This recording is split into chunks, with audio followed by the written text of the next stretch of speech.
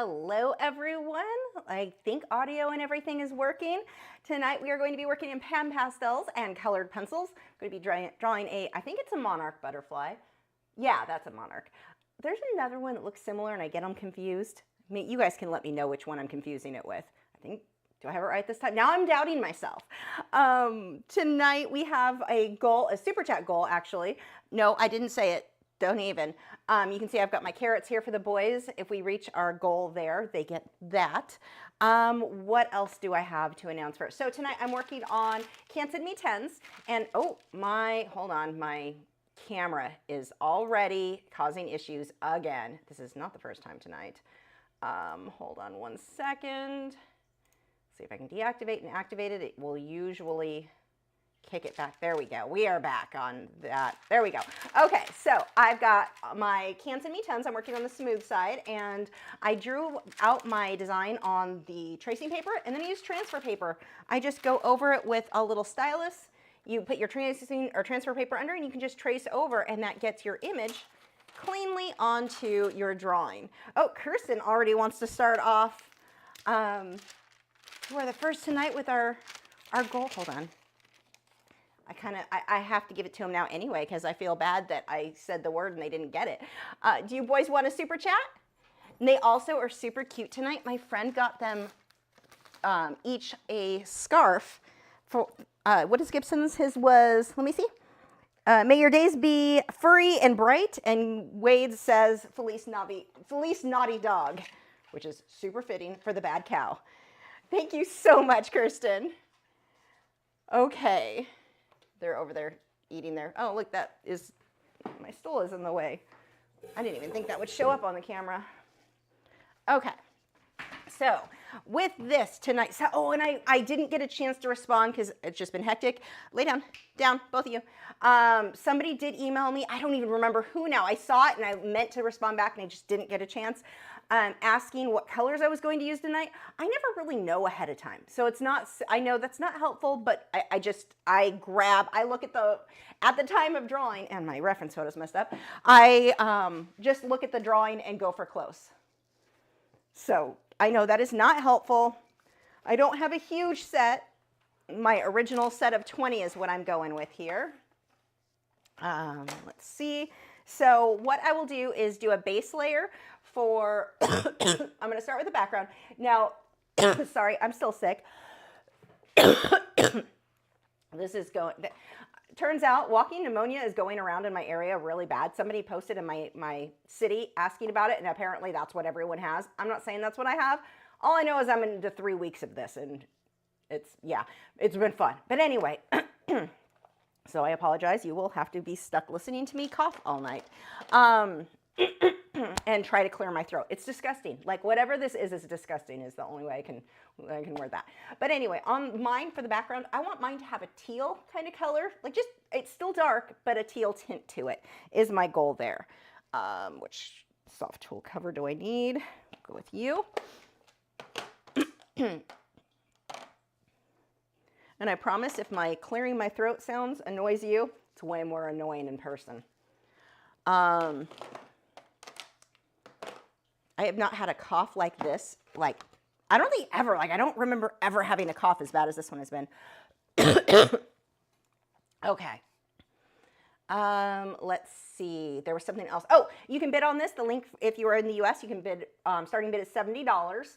So you can get an original art piece if you like this one, but how could you not? It's a butterfly. Who doesn't love butterflies? Okay, for my background, I'm sure I'm forgetting something major.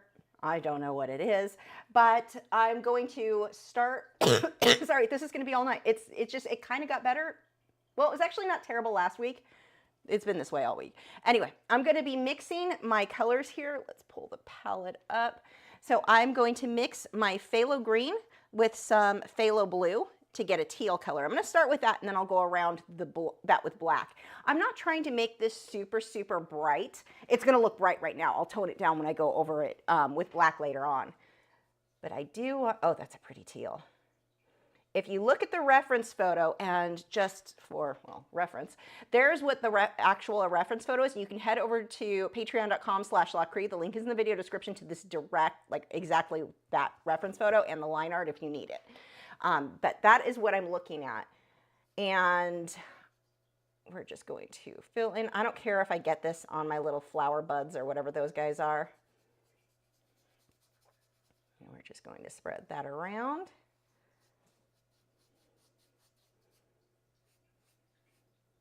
I would rather this go a little bit over the butterfly than not quite touch it. So what I don't want to have happen is something like this, where can you see right here how I've got this gap between the butterfly and the color that I put down? We don't want that. Go all the way over it if you need to.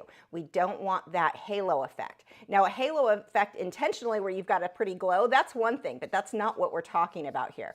This is just leaving the paper showing because you were trying to be too careful. Make the background show through a little bit. I don't care if those little buds are exact to the reference photo. So that's the clearing we're stuck with tonight. I so apologize because I know how annoying it is to listen to, but because I'm annoying myself, I can't do anything about it. It's a disgusting, like the human body does gross things.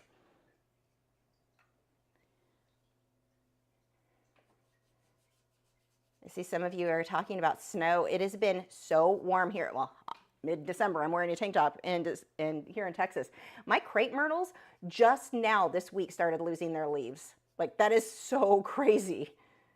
It's been a warm winter. Well, it's not technically winter, but winter-ish so far. So I'm just gonna lightly go over that. See how I wanted it pretty dark. Now to blend that, I'm gonna wipe, I've just got a paper towel and I'm just gonna wipe some of that off and reload with a bit more of the teal. So again, about half a phthalo green, phthalo blue mixed together. I'm just going to get a softer transition between those two. Now I like this. See how it's kind of blotchy looking? I want that. I'm not trying to make the full-blown bokeh look, but I do want just kind of a soft painter leaf type feel. There we go. That is it for the background. Oh, I like that too. Now, it looks a little bit overexposed on the camera. Let me show you what it looks like in person. Hopefully, okay, good. So it's a lot darker than what you're seeing on, the lights are overexposing that like crazy right now, but that's what we're getting right now.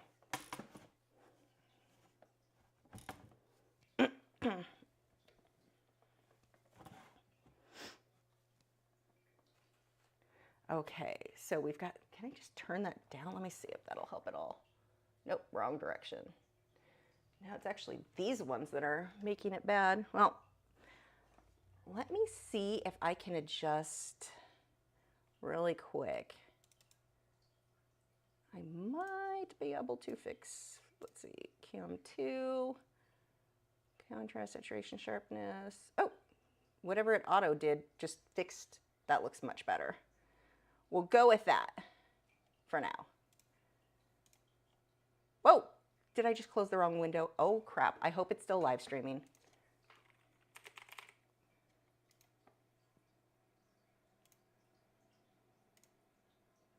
The wrong window just got closed out. Oh God.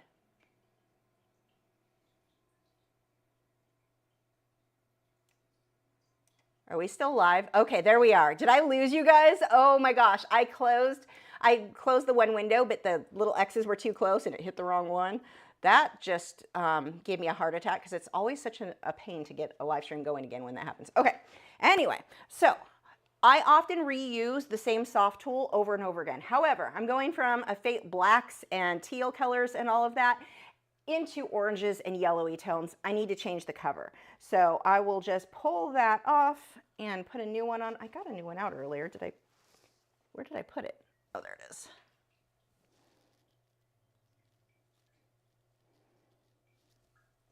Some iced tea. I'm still obsessed with the Twinings cinnamon orange tea. So good.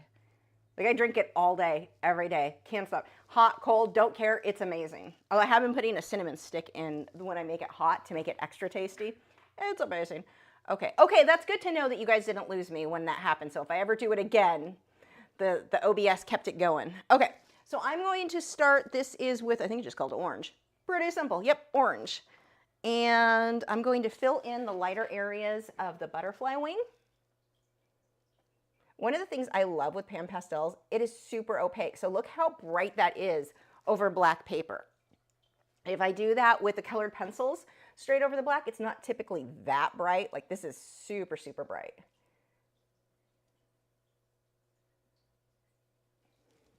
Now the reason that I do Pan Pastels first, and you see me do it so often on live streams, it saves so much time. If I were to do the colored pencils just with colored pencils, which I still love, so I'm not saying one method is better than the other, it's just a difference you want to be aware of. The Pan Pastels make it go really fast, so I can do a lot more work, get a lot more coverage in a shorter amount of time, which for a live stream that I'm trying to finish the whole project, that's a big deal. And I don't care if I'm exact or staying in the lines or anything like that. I'm not trying to keep the black lines perfect because I'm going over that with a colored pencil later anyway. I just want to be kind of close.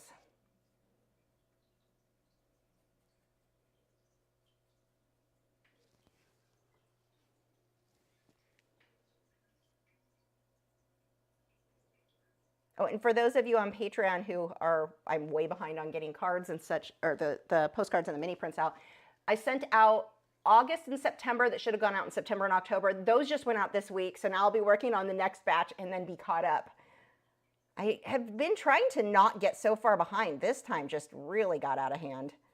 You don't realize how much time just goes by so fast, and all of a sudden I realize, oh my gosh, I am 3 or 4 months behind. So those are on the way to you. If you're in the US, you should be getting them any day. If you're outside the US, it can take up to 6 weeks. And those of you in Canada, I held yours until your strike is over because I don't want them to get damaged while they're just sitting in a post office or wherever they sit. So when that clears up, I'll send all of yours at the same time.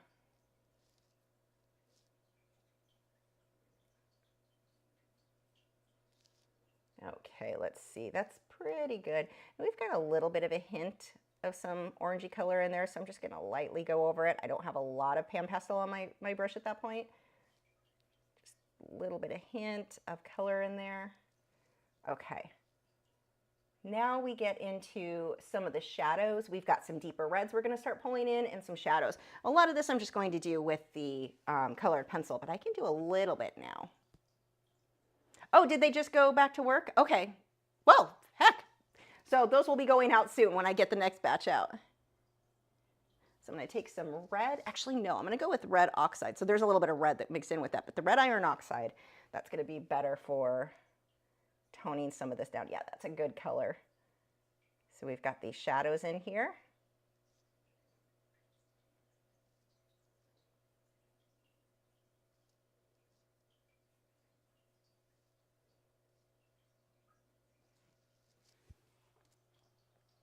So I kept up with the news just enough to know that you guys were having trouble getting stuff, or, mailing stuff.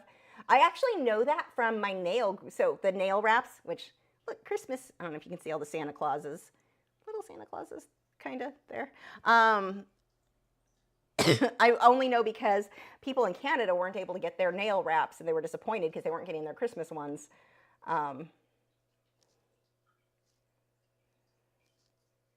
Go a little bit in here too. So we've got a dark, a pretty dark area coming through here. I'm actually going to muddy that up intentionally with, where was the brush I just had? Oh, it was this one. I just changed the tip. Oh, I don't have what I need. I'll use this. Okay, let's just grab a little bit of brown, a little bit of black, a little bit of blue. I'm making a muddy mess intentionally just to kind of use what we had in the background. And this is going to go right in here. That needs to be a lot darker.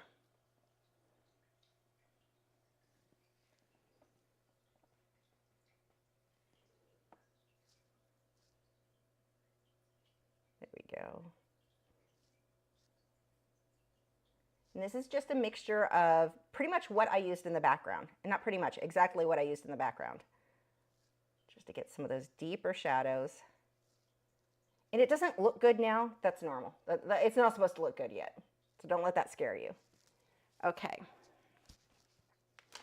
And I got that one. Let's see.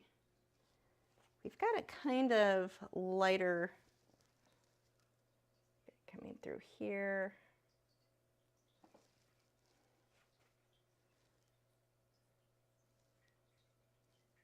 Maybe a little bit of a highlight over the black there. Okay, now I'm going to switch over. I can use the same one. I need kind of a lime green. I'm going to use white and my chromium oxide. Maybe a little bit of that lemony yellow color. And I just need to get a base. I need a little bit more yellow. Let's pull that in. That's too green, or like sage green. There we go. I'm not going to worry about shading. I just want to get little circles. I don't even care if these circles are exact to the reference photo. That doesn't matter at all. No one's ever going to notice the difference. You know, there are things that we worry about with being exact. Let's say you're doing a portrait of a person or a tiger. You want the eye in the right place. That you're like, you want the general construction in the exact right place. But when you get into flowers and such, go for close, but don't. I'm not going to spend a ton of time trying to make everything exact, because it just isn't going to make a big difference. Like, the viewer is not going to notice that you put one or two extras or left out one.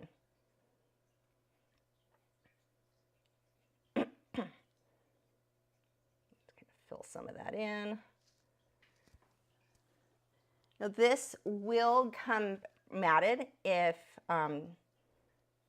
whoever wins that guy. So this, the edge, I actually pull the artwork a little bit further out when it's, excuse me, matted. Matted. A lot of that gets cut. So that's more what you're going to see. But I'm going to pull the artwork down a little bit further. So if I adjust the matte, I decide it looks better. If I turn it to one side or whatever, I'm not worrying about the blank paper showing through. Oh, Rob said, miss seeing your hounds. Wade buddy, how are you? Thank you so much. Do you guys want a big, huge super chat? They're very good. They're very rotten as usual. Huh. I say that, but they're actually really, really good dogs. Greyhounds are just so easy. They don't listen well, but overall, they mostly sleep. So I talk a lot of crap for what are actually really good dogs. Go lay down. Lay down. Do you see his, I don't know if you saw that earlier, Rob. He's wearing a bandana my friend got him that says, Felice Naughty Dog. It's so Wade. Gibson, lay down. You're apparently not going to lay down if I don't tell you. Thank you so much, Rob. Okay, back to, I'm loving the background on this. This would look good on my own walls. I'm just saying. So if it doesn't get sold, I'm not going to like be super mad about it. Not that I'm going to be super mad one way or another. Let's see. Okay, I think we're good. I can mist this with a fine mist sprayer, and then we're going to start with the colored pencils. So let me put all of this away, because I don't want to get the Spectrafix on the Pan Pastels and crusty those up. So we'll get these out of the way. Where do I want to put these? They will go on the floor for now. I need my Spectrafix, and then I want to dry this. So Spectrafix is a fixative that is going to help seal a lot of this down. Now, oh, my camera got moved this week. I know exactly when I moved that too on accident.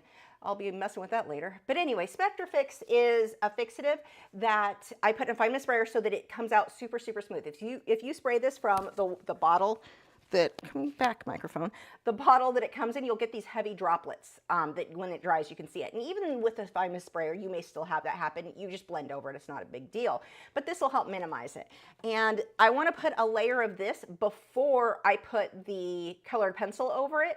This is going to help the colored pencil not to just kind of slide around and mix in with the Pan Pastels. It helps separate those two, and it helps keep the Pan Pastels stuck on the paper better. This isn't the most eloquent way or scientific way to word it. It's the very simplified, basically what it's doing. Okay, so I'm going to lightly go over that. I panicked and thought I had the water one for a second there. Okay, and I'm going to spray this.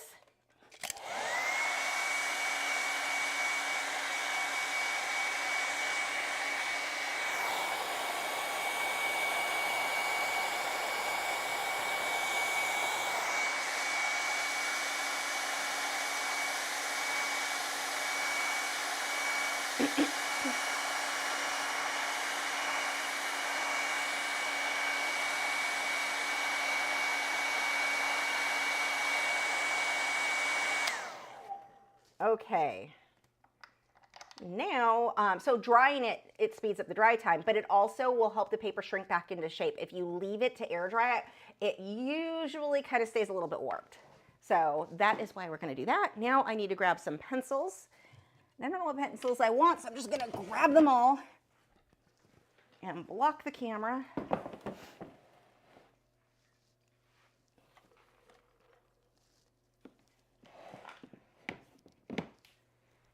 And one more.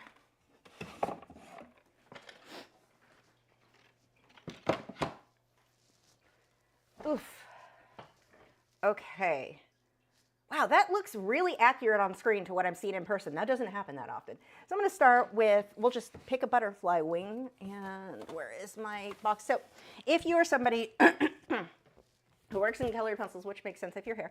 If you work in colored pencil and pan pastel a lot, and you need to rest your hand, or pencil, graphite, charcoal, where we rest our hand on the work. Glassine is ideally the thing that we want to use because it is acid-free, pH neutral. I wrap all my artwork in it in between when it's being stored, when it's being shipped. Stuff is amazing. But I also use it under my hand to keep the, one of the bonuses of being sick, I'm out of breath all the time. It's terrible. So, you know, I'm sorry if I sound creepy breathing heavy here. I'm not that happy to see you. That's inappropriate. But anyway, so with the glassine, this is what I'm going to keep under my hand to keep the oils from my skin off of the artwork, and it also keeps everything from smudging. But one of the things that I started doing that it has just made my life so much easier, cardboard. I just got a piece of cardboard and tape glassine to it. Now it just slides. I don't have to tape it to the board anymore. I used to just tape, untape, tape, untape. Now this just slides around. It's so easy. And you can see it's a little bit dirty. Well, I don't know. It's not really showing that well. It is a little bit dirty on here. I just wipe it down every so often and keep reusing the same one. And then if it gets too dirty, I'll replace it. But that has been the most handy thing in the world, having this cardboard that slides around. I felt super smart when I came up with the idea until I quickly felt super stupid that I didn't come up with it years ago. Okay, let's move stuff around. What are we starting with? So I'm definitely going to need black, and I'm going to use my Polychromos black because that being an oil-based pencil, it is a harder lead, and it's going to hold its point better. Let's see, I'm going to need white. I want to go with a, let's see, I either want Caran d'Ache Luminance White, which is what I'm going to go with because I'm pretty much out of my, most of the white from, I don't even have pencil sharpeners. My Derwent Lightfast white, that is my most opaque white. Now, it is a bit confusing. Derwent lists their Lightfast pencils as being oil-based. Traditionally, or typically when we talk about oil or wax-based pencils, if a pencil is wax-based, it's going to be more opaque. It's going to blend a little bit smoother. Your oil-based, so Polychromos, are going to be a harder lead, but it's also going to hold its point better and be great for fine details. Where did I put my thing that holds the shavings? I'm losing things over here. That is weird. I used it for, oh, there it is. It's over there. I used it this week. Well, how did I lose it?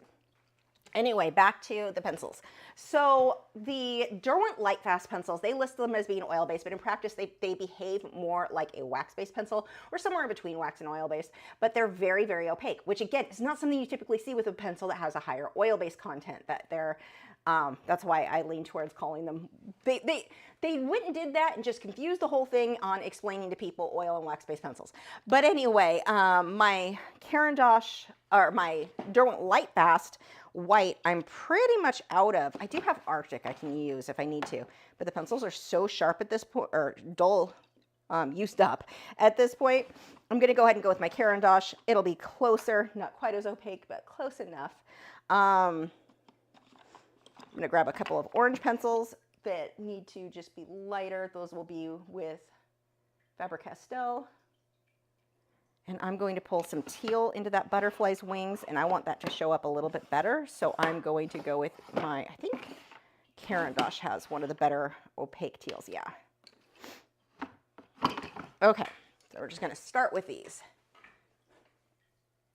Have I tried pastel board? I have not. Yes, that's the spelling. Is it really? I'm living how it takes pen pastel and I have not. Who makes that? I actually just ordered a bunch of, I placed an order on Blick. I bought a bunch of purple, what did I get? Purple, nightshade, and white with Derwent Lightfast. So I won't be out of those for a while. I ordered like 5 of each, which means they will last a long time. And what else did I buy? I bought a bunch. I was low on a lot of acrylic paints and airbrush paint. Unfortunately, after I placed the order, I realized there were even more airbrush paints I should have ordered. So sometime in the near future, I will need to place another order. But I went to start my Raven, if you've seen on Instagram or Twitter, the X, whatever. Sorry. I started the Raven piece and I needed to airbrush black. Yeah, I'm completely out of black. So I had to mix it with, what did I use? Raw Umber and Ultramarine Blue. Mix very close to black, but a little bit more depth.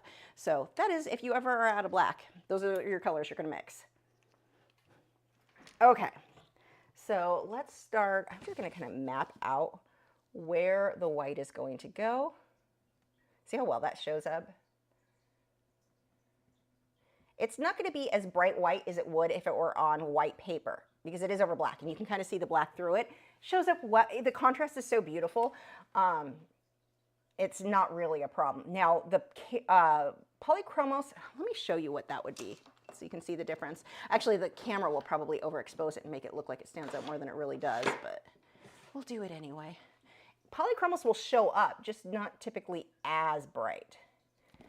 You know, if you can see how it's a little bit more dull than what that is, because they're an oil-based pencil. Now, this is not saying one is better than the other. You just want to know the difference between the two so you know which one to choose depending on what technique you're working on or what, like, scenario you're in.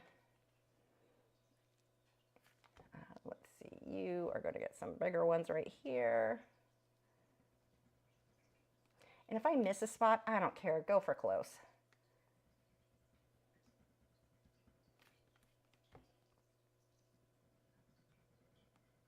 And this is going to look super kind of out of focus, not crisp until we get to the final details in there.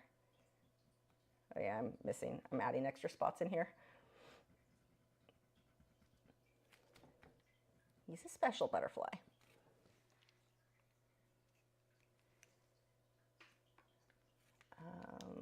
Let's see one here. We have a bigger roundish one, skinny guy.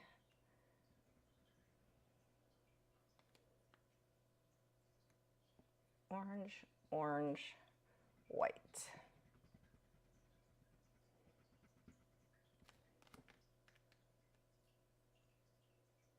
Which means, let's see, you are two, you're fine. Coming over, we've got a bigger one and then a little guy.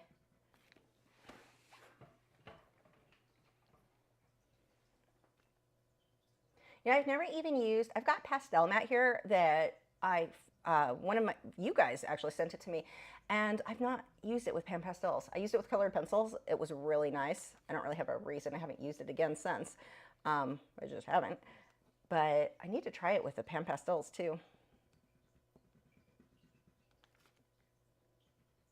We'll do some little just hints of light ones on the outer edge.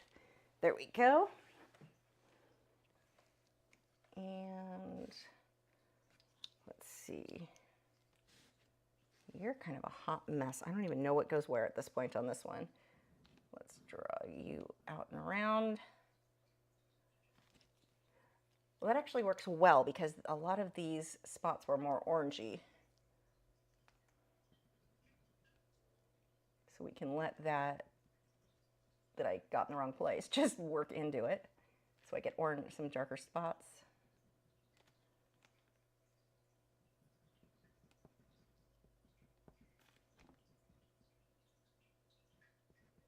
Got that outer edge is a bit brighter, so let's get some of those guys.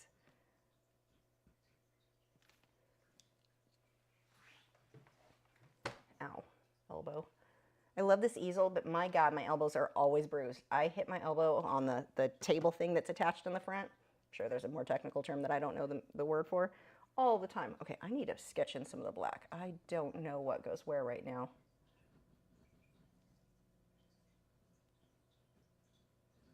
I'll define it better, but I need to get a bit more in here. First,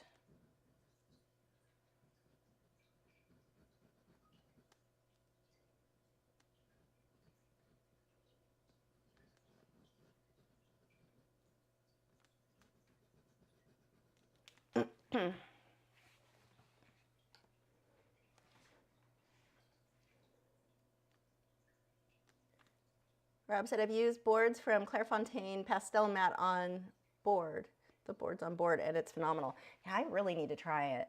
I've got a lot, like I have a whole pack of paper too. It's not even like I'm almost out or anything like that. I don't have a good reason for not having done it.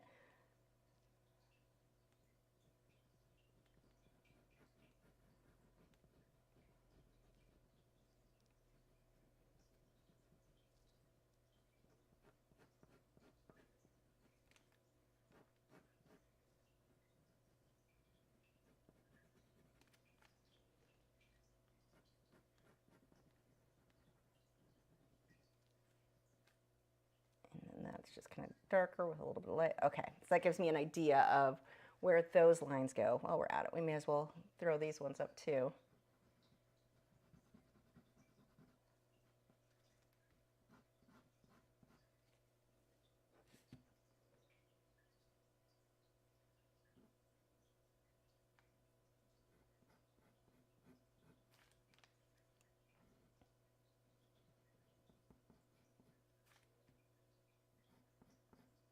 Okay, then we'll define those. I actually need a pencil extender. This is very uncomfortable. Hold on. I'm going to be using that black a lot too. So let's see. Oh, I don't even know if I'll be able to find one though.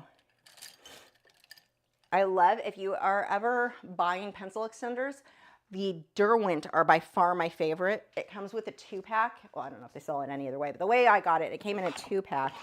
And one, I think it was the black holds the polychromos, and then the silver holds the larger pencils like Caran d'Ache or Lightfast. I'm not going to be able to find it, am I? I will probably then be lazy and just go grab a new black pencil because I'm pretty sure I've got some over here. I try not to do that too much. What are you? You know, you're blue. Do I have a black over here? Because I would rather use one until it's gone, but if I can't find a pencil extender, heck, I may not be able to find a black. Am I low on those? That would be weird. I've got, let's see. Wait, what are you? No, you look. Maybe I should take these in the light where I can actually see what color they are. Nope, you are a graphite pencil. It should not be in there. Oh, it looks like I need to order some black. Well, when I order the airbrush paint, I can place an order for that too. Wow. That's surprising that I don't have more of those. Wait, is it in this one? I found another jar. Let's bring these over here. These have browns. That looks like something I might put black in. Hooray! Okay. That is going to feel way better. Oh, we have DJ. Thank you so much. She said the boys are sniffing carrots. Do you boys want a super chat? There we go. Oh, that's good. Thank you so much. Okay.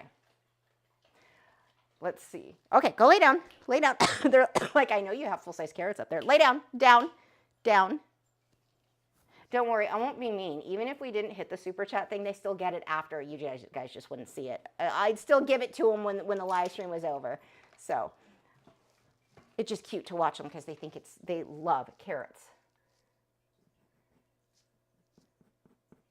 It's good for their teeth too. Like their teeth are looking great with all the crunching on those because they get usually at least one full-size carrot a day in addition to all their other treats. Their other treats that are usually sweet potatoes, so they don't really get anything that's bad for their teeth anymore. Okay, let's see. Now that that's in there, I can kind of see a little bit better where these spots are going to go. And I don't need them to be perfect.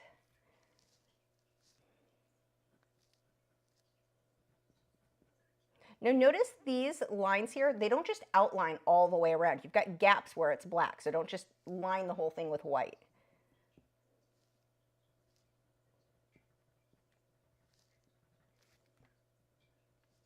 Oh, we've got another one from Teresa. She said, the doggies, they need another one. They've been so good. Gibson's face looks adorable looking at me. Oh, you can't really see. Wait, can you see on that one? No, he's staring at me. You want a super chat? This one's from Teresa, or sorry, Tessa. Why am I saying Teresa? Tessa, thank you so much. I'm so bad at reading something and not like really reading it. Okay, that's it. Go lay down. Lay down. Lay down in your Christmas scarves. Go lay down. Thank you so much. The boys definitely thank you. Lay down, Gibson. Gibson, who's not been listening at all today. Maybe he should have worn the Felice Naughty Dog one tonight.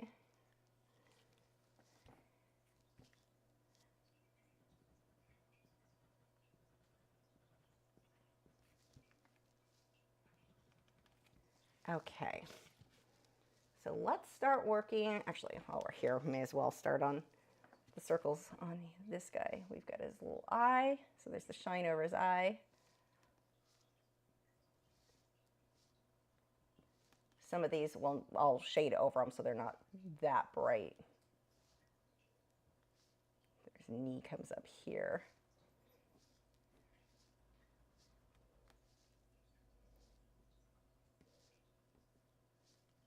This little leg. We've got his antenna that comes down. We've got another antenna that kind of comes at a weird angle. I'm not going to do it exactly the same because it looks weird. We'll do that one, and then his little tongue.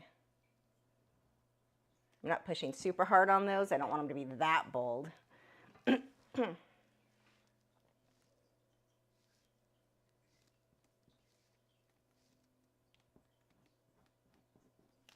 Okay. Now let's start defining.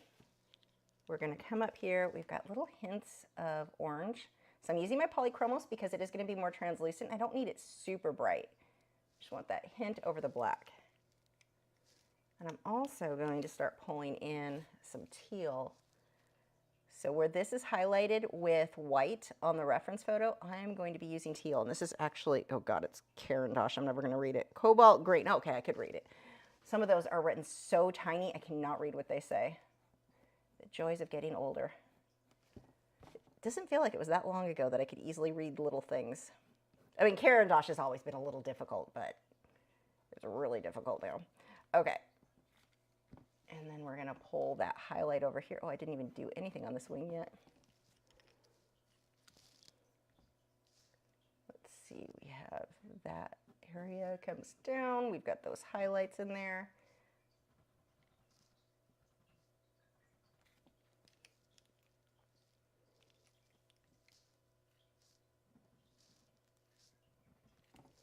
And then we'll define some of this better with the black.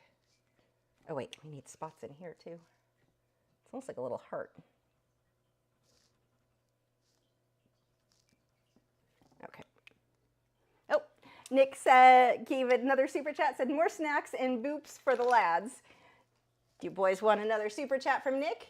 Thank you so much. Oh, that's good, huh? Gibson's getting pushy. I don't know if you saw his head shoving my elbow. He's not supposed to do that. But he's like, oh, but for super chats, when you're live streaming, we could do what we want, huh? Thank you so much. Go lay down, cow, down. They're like, do we have to? Gibson, down. Don't just look at me. That's what he's been doing all day. He's like, nah, I don't think I want to.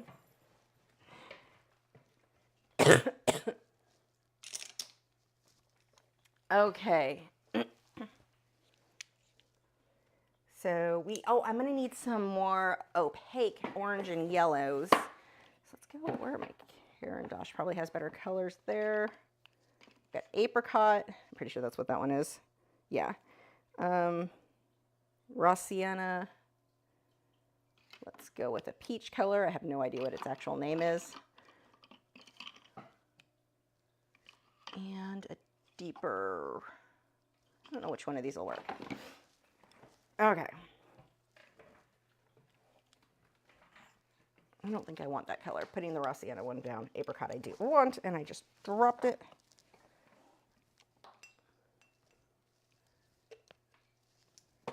Okay. Let's sharpen this batch. So Caran d'Ache Luminance or Derwent Drawing would be fine for these more opaque, brighter colors I wanted. the reason that I went with a Caran d'Ache is that the light fast doesn't have that many. Like their oranges and reds are kind of limited. I probably should have grabbed a yellow too. One more, let's see. You look, no you don't. The end of you is a lie compared to the tip of that pencil. Okay, this one is golden bismuth, something yellow. I can't say bismuth, bismouth, I don't know. I don't know how to say things. Okay, how many times can I say okay? Apparently a lot. Yeah, so this is, I think, scarlet, yeah. I'm going to go around the edges of the black. So we often look at things, and if you're doing something where it's like the subject is super tiny, then okay, we're going to just keep it more simple. But when you've got something where you're zoomed in, you've got a little bit more room for some detail, really look at the reference photo, because in this case, it doesn't just go black to orange everywhere. It's got the red in between a lot of that. So we've got black to red before it hits the orange. Or it's kind of, technically a red oxide would probably work better, but I'm going to go with more bold.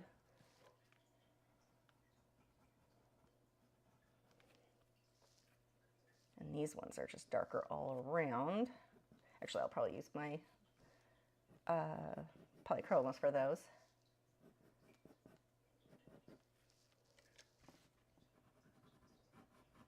I'm going to put red before I put the black there. Okay, and let's pull some of the brighter yellow. I'll probably pull white in too. A few of these areas.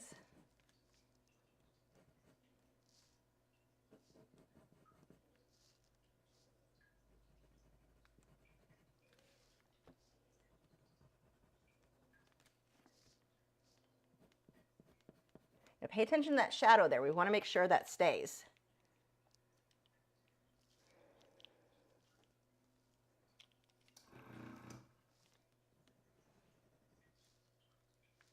Using a little bit of white over the areas that need to be a lot lighter. And it'll feel uncomfortable. Like you look at that and go, ooh, that's too much contrast. It's not. When you back up, it all comes together.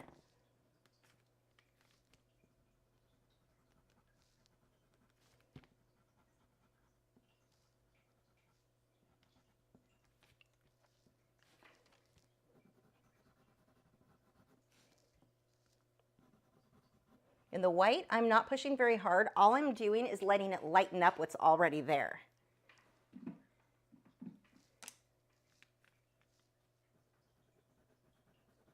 If I push harder, I'll be closer to white. Okay, these ones had more of the orange, so I'm using my polychromos, so it's not quite as bright because it's still pretty dark in there.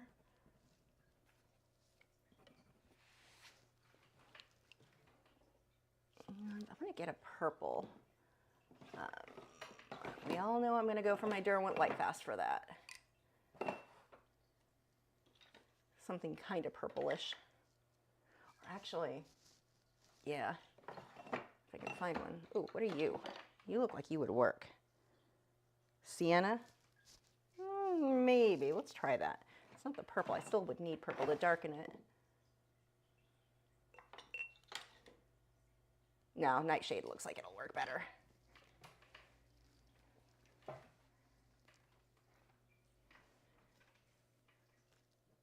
Oops, let's sharpen that. Oop, that sharpener has something stuck in it. So I'll just toss it to the side, and next time I go to use it, it will still have something stuck in it. And I'll never actually fix it. Oh yeah, Nightshade's perfect for this shadow in here.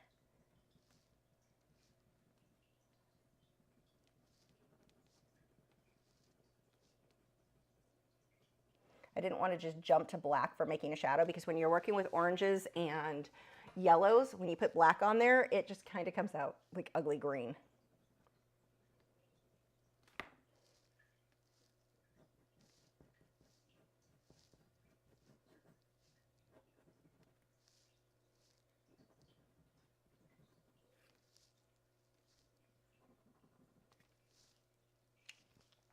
Okay, Now let's see. I need more red here. So I'm going over it with a scarlet. I'm not pushing hard because I don't need this to be like super, super red. I just want to tint that color a little bit. Oh, we need nightshade right there too.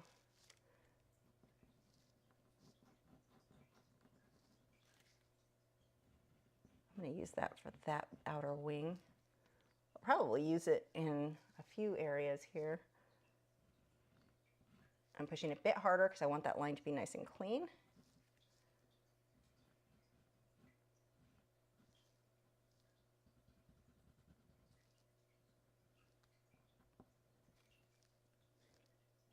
I'm going to do the nightshade where all the black is going to go, and then I'll put black on top of that where I need it to be a bit darker.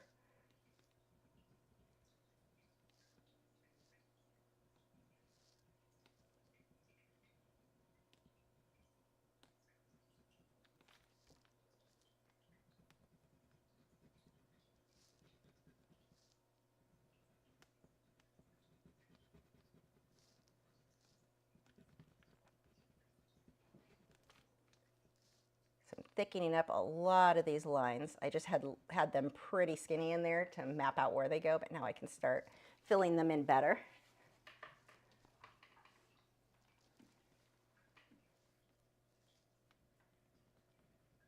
And these aren't perfectly straight or even lines. So like here, I'm just doing little circles to get some variation in that.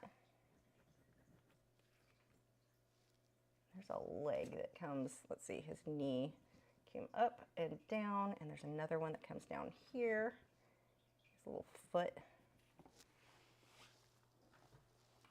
You're licking your feet, bad cow.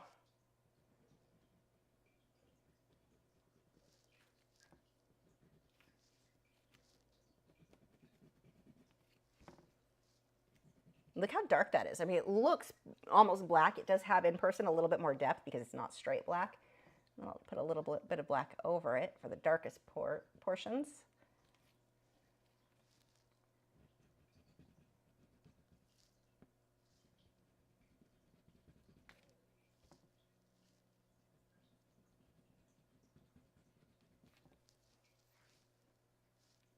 And this whole area was supposed to be a lot lighter. I missed a patch there. Problem solved. I need to lighten some of that up a bit, so I need to switch. That one isn't showing up well because it's an oil-based pencil, so let's use apricot. Just soften that up a bit.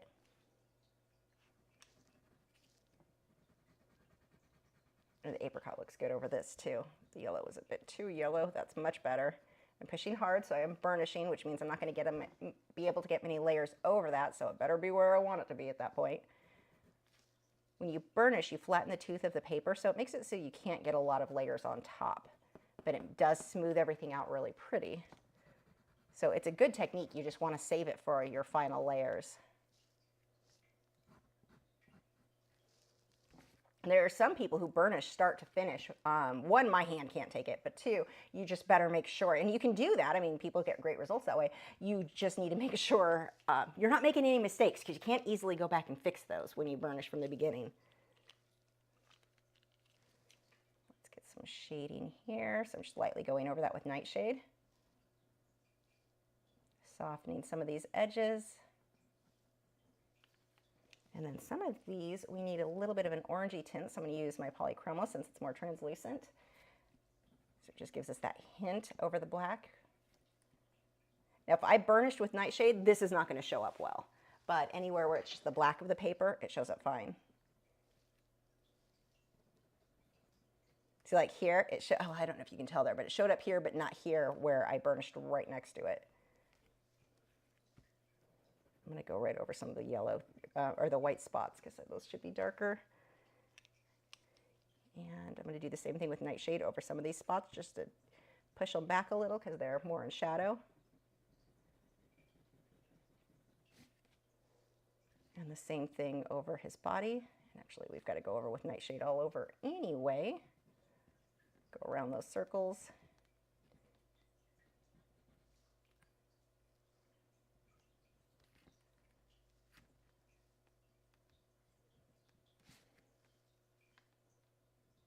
do the underside of that antenna.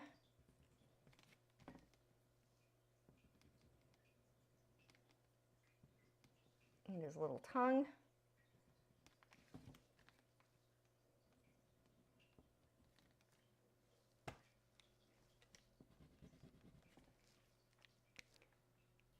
Okay, see, and when you back up, that's where these shadows, when you're initially looking at it, it's like, oh, that's weirdly dark. But when you back up, it all comes together. When you sit this close, it looks a little weird.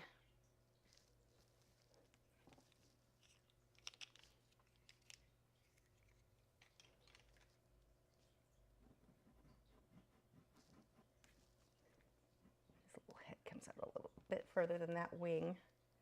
That should have curved down a bit.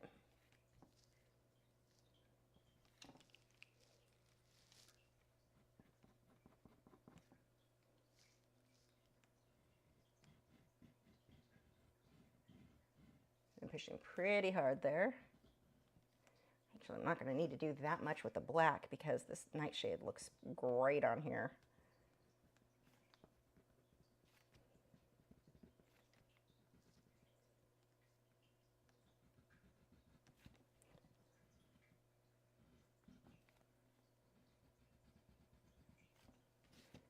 I am burnishing and pushing pretty hard as I want these edges to be nice and clean. Light hand where I want it to be just a bit fuzzy looking, and then push really hard where it's a nice clean edge. Oh, we have from 1SGWW said for the boys. Thank you so much. Oh, Cal's already here. He's just like, I'm gonna come help myself. This is why you're the bad cow. You just break the rules. You know the rules, but you break them. Thank you so much. Oh, there's the back of their heads. There they are eating their treat off camera. See, that's how you know they're mine. If you were on Patreon, you know there's many times where I'm working off camera because I forget to move the camera. My dogs are just like me, off camera, eating treats. Go lay down. Thank you so much. Lay down. Down. Okay. Down. Gibson's like, I have to stretch first. Okay. But yeah, I saw somebody said a second ago. Sorry. The wings are so pretty on that black. Yeah, DJ, they show up so well because that pan pastel being down first, it helps everything to just super stand out. Let's see, Patty had said, what is the difference between burnishing and a blender pencil? Do you use them? So the blending pencils you're burnishing with them, like the clear blender, like Prismacolor. Prismacolor actually has one of my favorites. I hate Prismacolor, but I do like their colorless blender. Now, not the marker type. The marker types, I think it's just alcohol. You can't even get through an entire piece with blending the way I would with OMS. OMS, hands down, better than the marker type of blenders. But like the colorless blenders where it's just a clear, like the wax, those are great. They actually do work very, very well. Derwent has some. Theirs are okay. I like theirs fairly well. I go back and forth on, Caran has a color, what was it? The bright something blender. I don't remember what theirs is. It's in here somewhere. I don't know where it is. But it's okay. I go back and forth. Sometimes I'll use it and I'll love it. And other times I'm like, yeah, it's not my favorite. And I hate to give Prismacolor credit, but I do like their colorless blender. Now, not all colorless blenders are going to work for all pencils. So, like, one may work great with polychromos and not at all for light fast, or they vary. Whereas I find with OMS, I like better because it just works with everything. I'm going to put this green over it to gray it up a little bit in that shadow. Oh, I like the result that gave.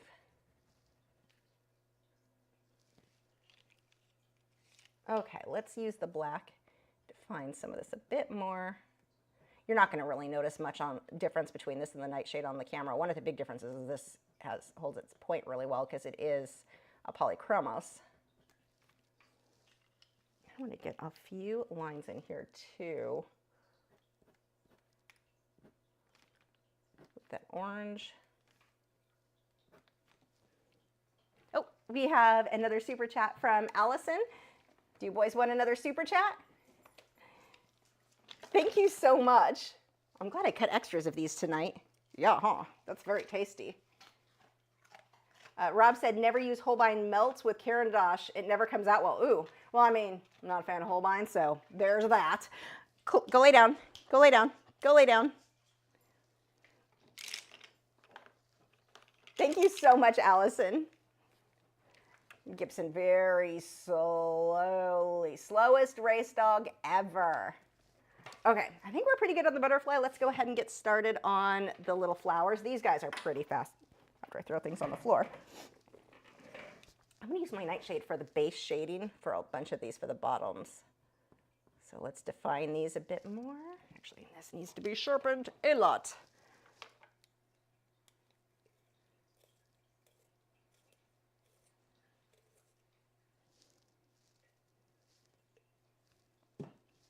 I'm going to need that. I think this, the apricot will work, and white for a highlight. And let's just start with those three colors. So I can put these other colors down.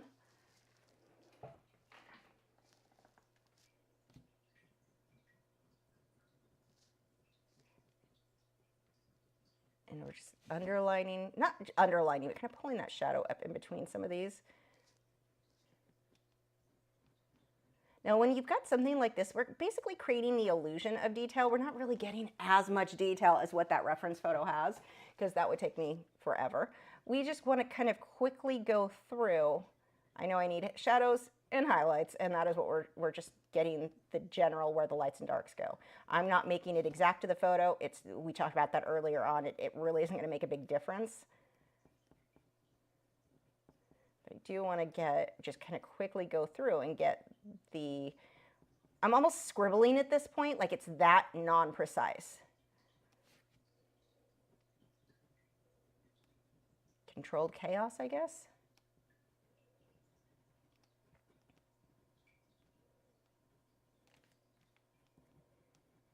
You can see I'm not continuously, like normally when I work, I'm continuously looking at the reference photo. I'm not doing that tonight because, or I shouldn't say tonight, on this, because I don't need that exact. I have my general shapes already mapped out. Now I just want to quickly go through and get like basic shadows and highlights.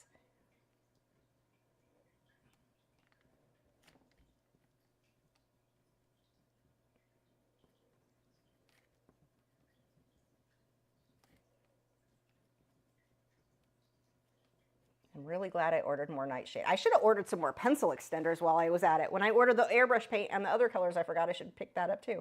Because this is not comfortable. I got the Generals years ago because that was what they carried in most of the art supply stores, at least locally. The Generals makes a pencil extender. I hate it. It's got this metal ring around it that because of the way that I hold my pencils, it pushes in a very uncomfortable way. So yeah, not all pencil extenders are created equal. That's for sure. Every once in a while, there have been times where I saw some of the Derwent pencil extenders didn't fit the pencils for some reason. Just return it if that happens. That's just a defect. They should fit just fine. Carandash, the Derwent ones, the black one fits Polychromos great, the thinner pencils, and then the silver one fits my Carandash Luminance and my Derwent Lightfast fine. I don't remember if they fit. They may not fit Derwent Drawing because those are really thick pencils, but I don't remember now. I'd check if I could find them. Okay, so now look at already it looks like I've got a ton of detail. So let's get some highlights on there. I'm going to use apricot for kind of that middle section.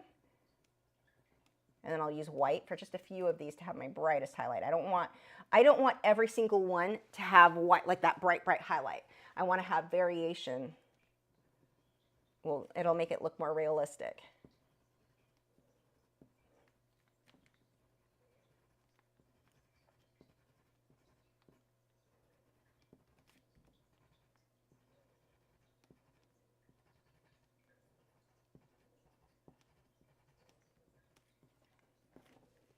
Okay, and I'm going to come back through with white and really highlight a few of these. And now I'm going to push a little bit harder with this. And really wish I had that pencil extender. I'm going to whine about that a lot.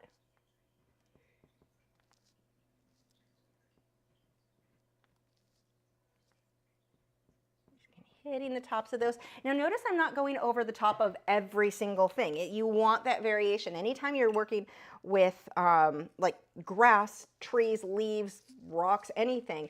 Don't do one, think it looks good, and make the same, do the exact same on all of them. Like this one, see how I've got more of a highlight? Here, just a little bit, just a little bit. This one I'll put more on. If you get that variation, it's going to help it to look much more realistic. It's so easy to do something and think, okay, shadow on this side, so everything on this side gets the same shadow. Everything on this side gets the same highlight. That makes it look very, very flat. If you want something to look three-dimensional, you're going to get variation. Like I'm going to put a highlight right here in the middle. I'm not even going all the way up to the top there. And it just makes it look like it turned. Variation is a big deal when it comes to anything looking natural.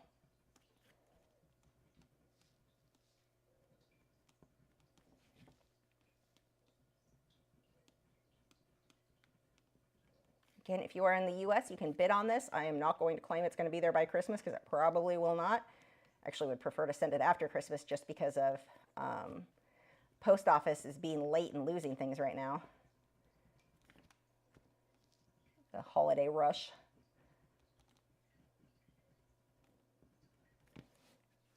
I mean, I could send it in time that it probably should get there, but yeah, I'm definitely not making promises at this time of year. I'm going to make the edges of this a little bit fuzzy. Get a little texture in there. We've got some time, so I can spend a little bit of extra time just fussing over small details. Where's my teal? Let's pull some of that in here. Not because it looks realistic, but because I think it looks nice. Let me get some of these outer edges. Not all of them.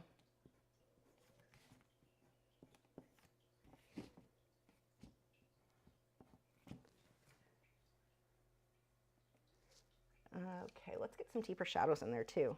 And green. I want more, a little bit more of a yellow. Actually, I don't even need green. I can probably go over that with just yellow. Yeah, that looks nice. I think I'll pull more teal too though.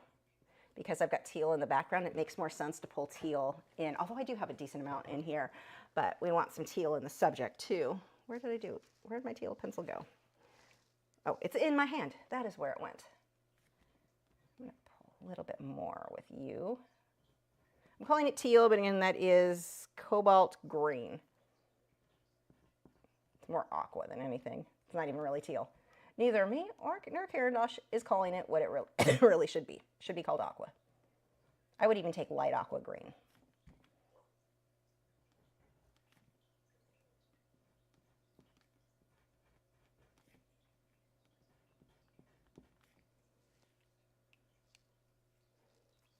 Pull a little bit more yellow in some of those.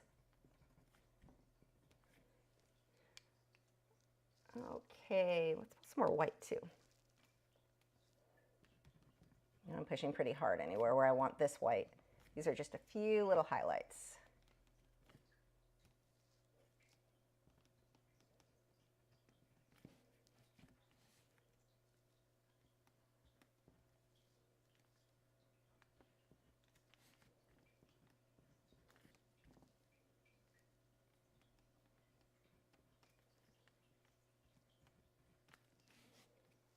Okay, we are about done. You just sit and fuss over a few things that I might want to work on contrast a little more.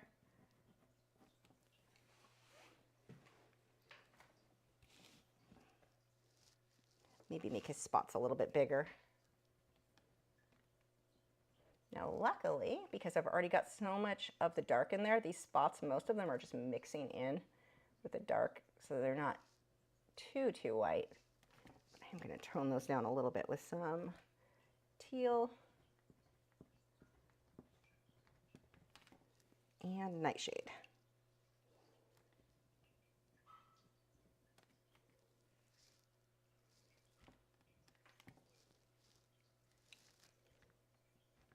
Use some white. Oh, we have, Jen said, let's get the boys their carrots. Wrong button. Do you want another super chat? Thank you so much, Jen. Oh, somebody just snorted over here. You want this? Back up so you're on camera, so you can see your cute faces. Thank you so much. We're getting close, aren't we? Yeah, 8 out of 10. We are really close. We still got an hour to go. You guys are going to get a super carrot, not even a super chat. Not yet, though. Not yet. Go lay down. Down. Thank you so much, Jen. Lay down. Down. Down. Yeah, I love that their favorite thing, like they just think that's the best thing ever. Like, how lucky am I that the healthy thing is one of their favorites? They get Gibson, his face. He gets full on teeth chatters. Like greyhounds, I know, I'm gonna finish this up in a second. But greyhounds have a funny thing where when they're super, super happy, like when he's excited that dinner's coming or whatever, their teeth chatter like they're freezing. But it's cause like that's their version of, I'm so happy, I'm so excited. So when he sees that carrot, oh, those teeth chatters start. So cute.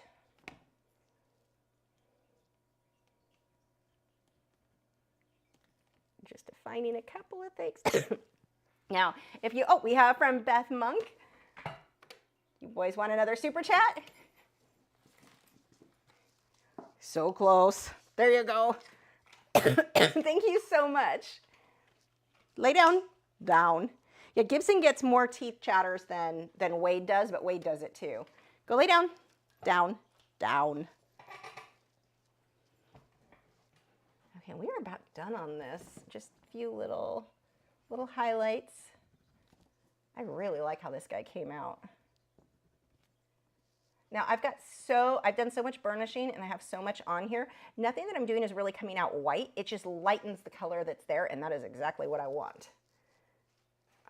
Where did my other colors go? So like here, I'm gonna tone that down just a bit.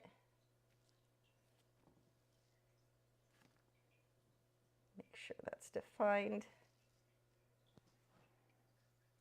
I'm gonna lighten these ones up. Oh, we have from Tessa gave, down, down, down. You have to wait for it.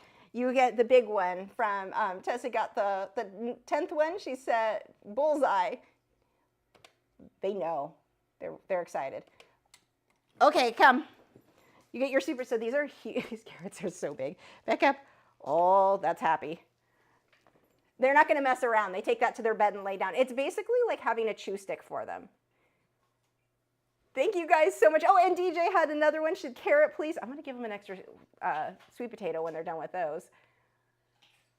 Yeah, those are happy, happy dogs. The crunching is, I don't know why, I think that's so cute. I hate ASMR, but dogs crunching on things, that is cute. Speaking of ASMR, is anybody else, like the current trend for like Instagram Reels and stuff, is things being sped up, but they leave the audio? It just makes my skin crawl. I hate that. I can't watch them. Well, I mute stuff anyway, but I cannot stand that current trend of sped up, but the audio left in. Like paper wrestling and stuff like that. Oh, drives me crazy. I think anyone who likes that sound is a sociopath.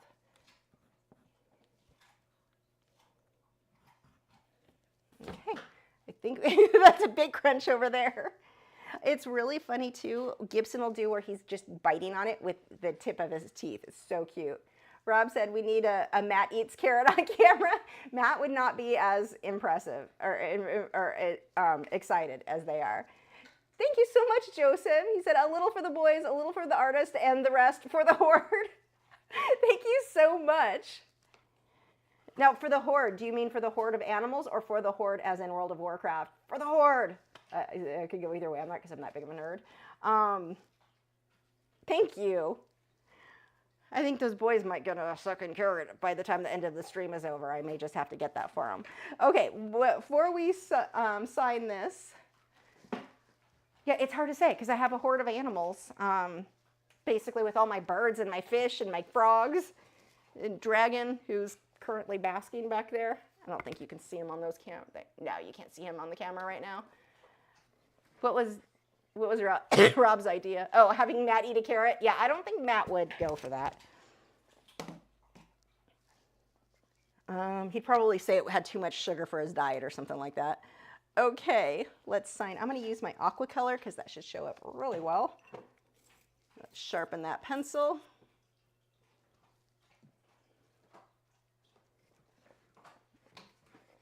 Okay, let's put that on there. So the reason that I want to put the mat down, I want to know exactly where, God, that's pretty. That, I am so happy I chose that teal in that background. I like that so much better than the green in the photo. So fun fact, somebody told me this once. I don't want anything back there. We're going to sign it over here. We'll just sign it small. The last live stream of 2024. Somebody told me once that galleries didn't like paintings that were primarily green because they don't sell well. And it's funny because I found that on my live streams, primarily green paintings, even though it's like a natural background, they don't sell as well. So I just, you know, just for those of you who are selling, kind of an interesting thing. I'm not going to mat this one. Sorry. I'll mat this off camera in case I want to do any detail work. But there we go. And again, you can bid on this. Link is in the video description if you are in the US. Oh, we've got a bid, so I don't get to keep him. So he is definitely getting it. Well, do you want me to mat him right? I guess I could mat him. We've got time. I could go grab the stuff to do the mat. We may as well. Let me, since we know for sure he's going home this week, so let me go ahead and put the pencils away and we'll mat it up here. Where are my Caran d'Ache? So one of the things, I talked about this in an email newsletter. We'll chat while I put stuff away. I talked about this in an email newsletter, and I'll get to your questions in just a moment here. Preparing for your painting time. I know I have and I've done this so many times that I try to avoid doing this now. I will come in to paint, and it's like there's just a million things that I can't find something. It's not set up by the time I get things drawn out. By the time I get everything set up, it's like, okay, well, my painting session is done, and I haven't even started. All I've done is set up. So I try whenever I'm going to be painting, I try to get everything set up earlier that day. So usually I am painting at night. So that morning before my day is separated by my old lady nap. So before my old lady nap, I try to make sure everything is done. That includes, in my case, because I'm recording, I need to have a blank SD card or halfway empty SD card. Why am I getting notification? Oh, I need to have a SD card ready to go. My camera is charged or plugged in, or whichever camera I'm using at the time. All that needs to be done. If you can get in the habit of getting everything done before your actual scheduled drawing time, you're going to get so much more artwork done. That was such a problem for me.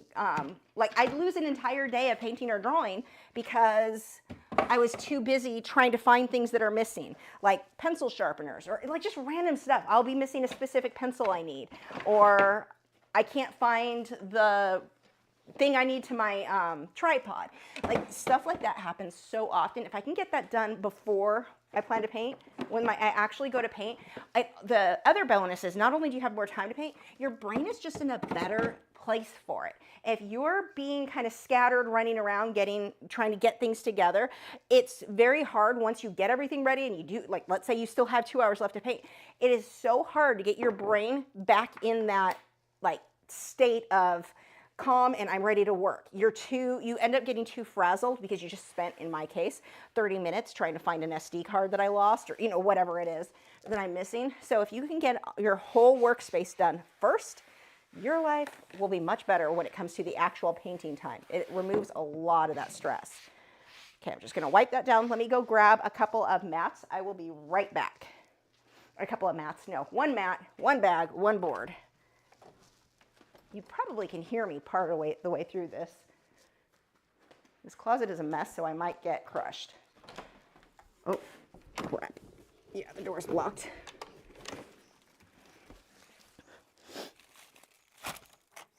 Okay, what is, those are postcards. They're going to fall, oh crap, I'm going to drop that. Let's see. You can go there.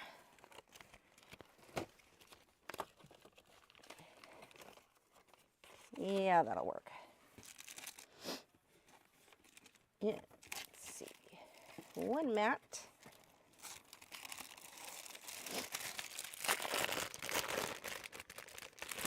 One bag. And one board.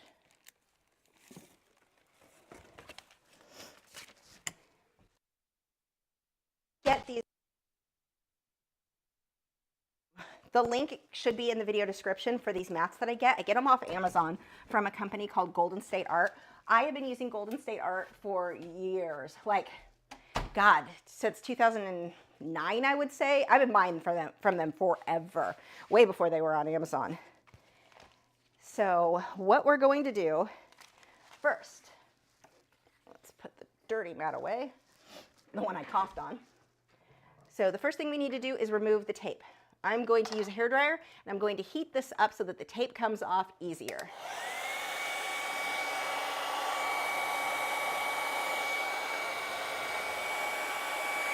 Now this tape doesn't stick that well, so it's not that big of a deal, but you know, it helps if your tape's been sitting there for a while. The longer it's sat, the worse that's gonna be.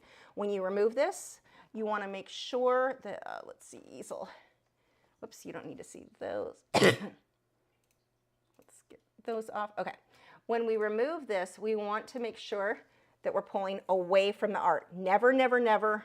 So see how I'm pulling away? Never pull into the art, because if that tears, it tears into the art. This way, if it tears, it just tears out. You're not hurting anything. And just go very slow. This is not a Band-Aid. The faster you go, the more likely you are to screw this up.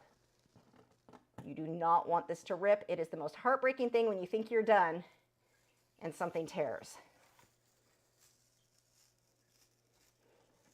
And I mean, you could be safer and go even slower than what I'm going. In my case, I know this tape is not sticking that well. Come on. So I'm not super concerned. But slower than this is definitely safer.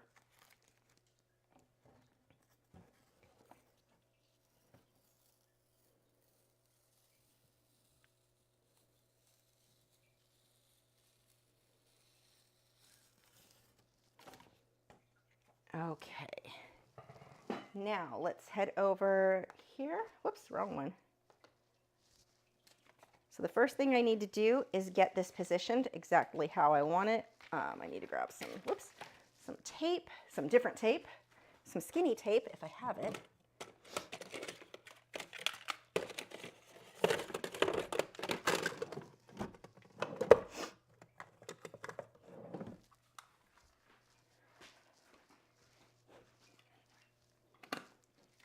You want to make sure that all the products you're using are pH neutral or acid free, because that can, even though you're thinking it's just tape, it's on the edge, it will actually start causing issues over time.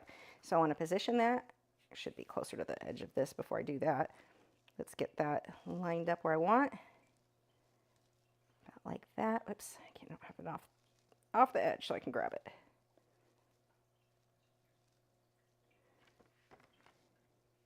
If I need to straighten it, I can, and then flip it back over, make sure it's still positioned well. Okay. Now I'm going to take this stuff, which, actually this is not the good one. That one, I spilled on it, and so the tape doesn't come off very easily anymore. And let me grab some tweezers so that I can get that off even easier.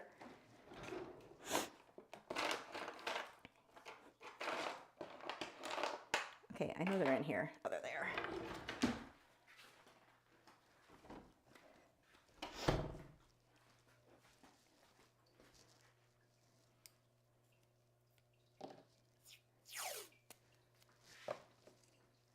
So we want to tape that to the board. Now I have seen people where they only taped on two sides. You end up with a gap when you look at it from the front. So it always looks better if you do take a little bit more time, put a little bit more tape, and see how I'm flattening it before I put the tape on. That way it avoids having where the paper starts to curl. I'm just flattening that out before I put those on there. Let's put one on these ends too, because it's bigger. Sometimes you'll get a gap there. Okay, next we are going to take double-sided tape. Same thing, I want it to be, this one's photo safe, so it's going to be acid free. And I'm super tape happy, so I put this everywhere.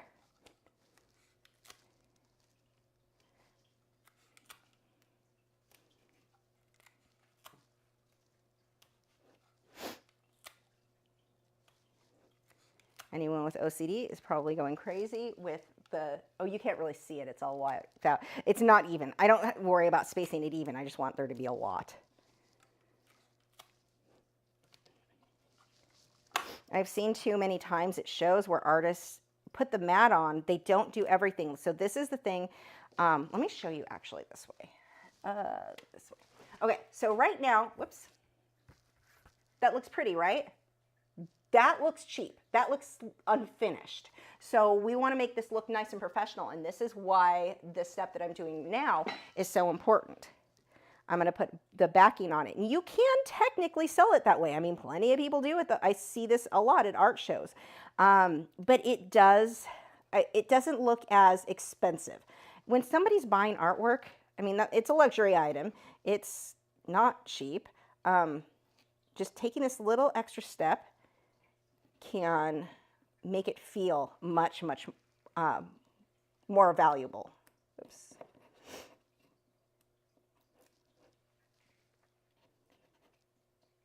And these Golden State Art, they sell the link I have on Amazon. They sell this as a pack. So I get the bag, the board, and the mat. So everything fits all in one go. And they sell just the mats, but again, it goes from looking like, well, this, which just looks unfinished, to this. I'm just gonna line that up. Push that down. Now, this camera, now look at the difference. Now it just looks clean. Now, one of the things I used to do, and I don't know where it is, I need to get another one done, but you can have stamps made online really cheap with your logo or your name. Just your name is fine. Your name and your website. Oh, I need to do that again. I'm gonna order some. I'll make a video about it. But you can get a stamp and stamp the back with your information. So that is a definite good idea. Also, just makes it look so much more fancy. Whoever is getting this one, you're not getting the stamp because I don't know where mine is, and I'm gonna order myself a new one. But one last step, you don't want someone walking around with artwork that gets smudged. Stick it in the bag. So these little bags are gonna help protect it. And I just like to, when I slide it in, I hold it out so it's kind of gapped and it's not going to push on the art and slide and smudge as it goes down. I'm actually not going to seal this because I need to take a photograph of it first because that definitely needs to have postcards made of it. For Patreon members, we definitely need that. So there we go. There is, well, this would be folded down. There is the finished butterfly. Again, you can still bid on this. We've got a little over half an hour to go. Okay, and let's see. There was something I wanted to talk about that I was like, I'm not going to forget to bring this up. I think, should I talk about it in the live or in the email newsletter? One was in kind of getting your mindset ready for art.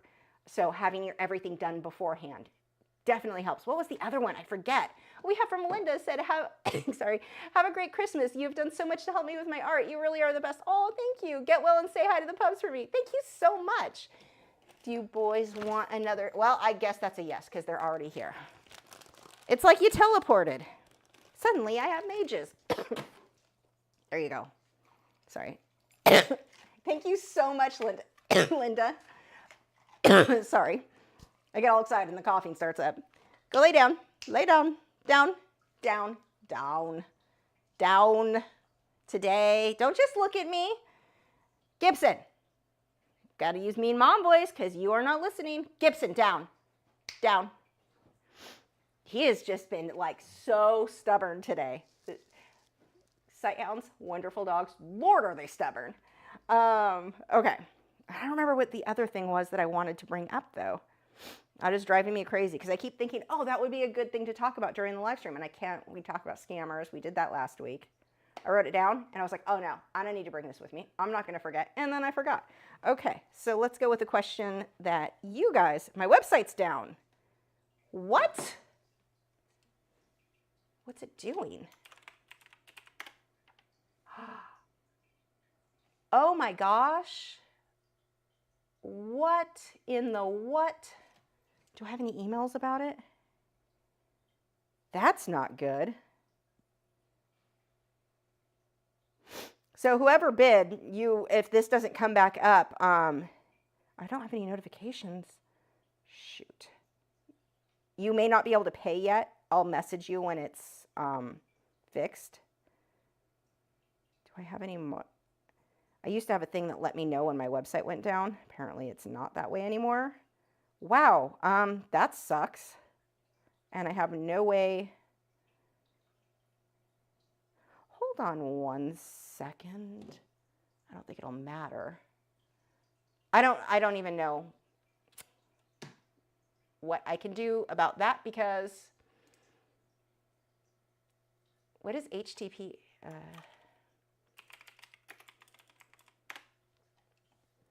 The server encountered an unexpected condition. Let's contact EMWD and submit. Let's see if, I don't know if I'm going to be able to log in on this computer.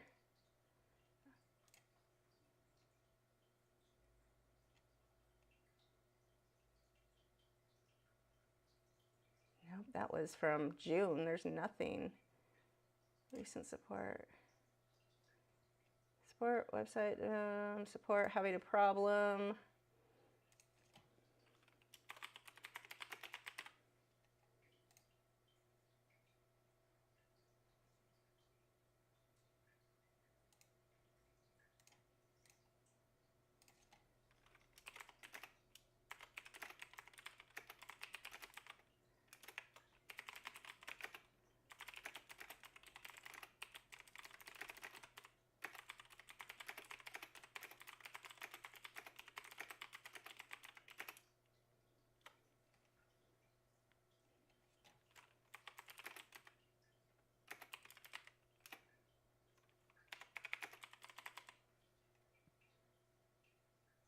Let's submit that. And the old guy, the guy who used to run my website, or not run my, I do my website, but EMWD, the host, he unfortunately passed away. And the new company's good, but they are not like, I could message him at 4 in the morning and he was up fixing my problem. Like, he was amazing.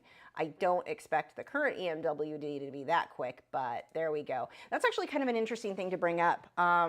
No, we can't. Unfortunately, I can't bid. I don't think there were other bids. There was one, and there's nothing that I can do about it. Yeah, I mean, and it's only 30 minutes. I have one bid. I can't see anything else. So unfortunately, that sucks. There's no way. I mean, I guess you guys, I don't, you could technically post your bid here if you don't. I mean, as long as you're committed to paying me, you can pay me through PayPal for it later if you guys want to do that. But the problem with that, well, no, that actually wouldn't be a problem, because it wouldn't matter if they weren't here. If that's something that you guys want to do, bids via email, we can do that. Email me and I will let you know when they go. We may have to run over a little bit because there's a gap on the live stream, so I need to make sure everyone gets their last chance to bid. Yeah, let's do that. Email lisa@lachri.com and what your bid is. And I'll just keep calling out what the current bid is at. And then if you want to raise yours, and then I'll email whoever the winner is, I'll email a PayPal invoice. That is really frustrating. Like, it always freaks me out when my website goes down, because it makes you, like, even if I wasn't live, that would freak me out with my site being down. That's such a big part of your, a business, that it's like, oh my gosh. So yeah, for future bids, right now the bid is at $70.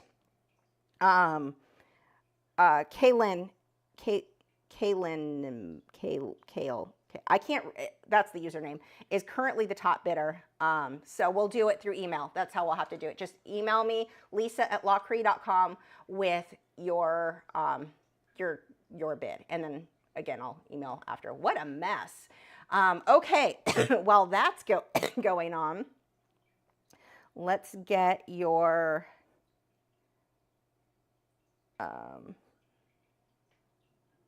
question. So we have from Natasha said, I don't currently own Pan Pastels, but I would love to follow along to your Pan Pastels and colored pencil tutorial. Is there any advice, tips you could give me?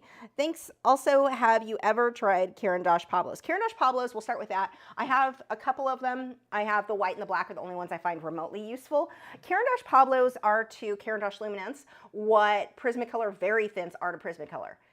I never liked Prismacolor Very Thins either, even when I used to use Prismacolor. Like, it's a hard, waxy, the only thing that I like them for is when I'm working on Sanded paper for final details, final highlights. I love the Pablos for that. Other than that, not a huge, like, they're just too hard, too waxy. I don't find them to be as good for detail, because that's kind of the concept. Oh, they'll be better for detail. I don't find them to be better than Faber-Castell polychromos. I think polychromos are by far the best for detail, or for, you know, your tiny detail.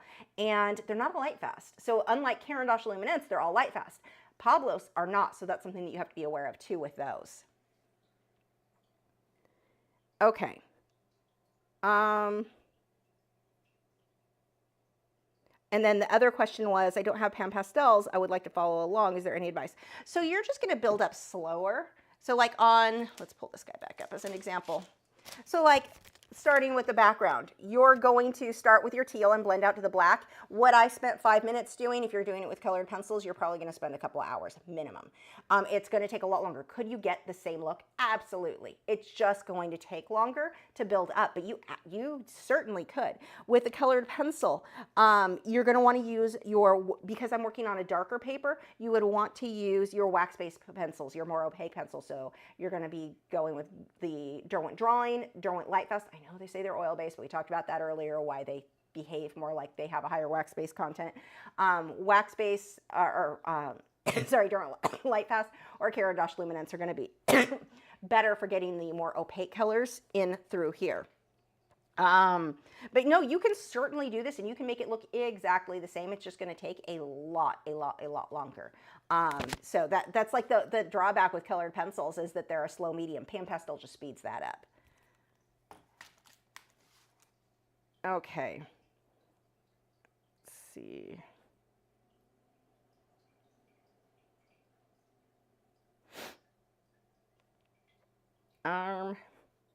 Next we have Beth said, any advice for designing thumbnails? P.S. Your dogs are adorable. Thank you.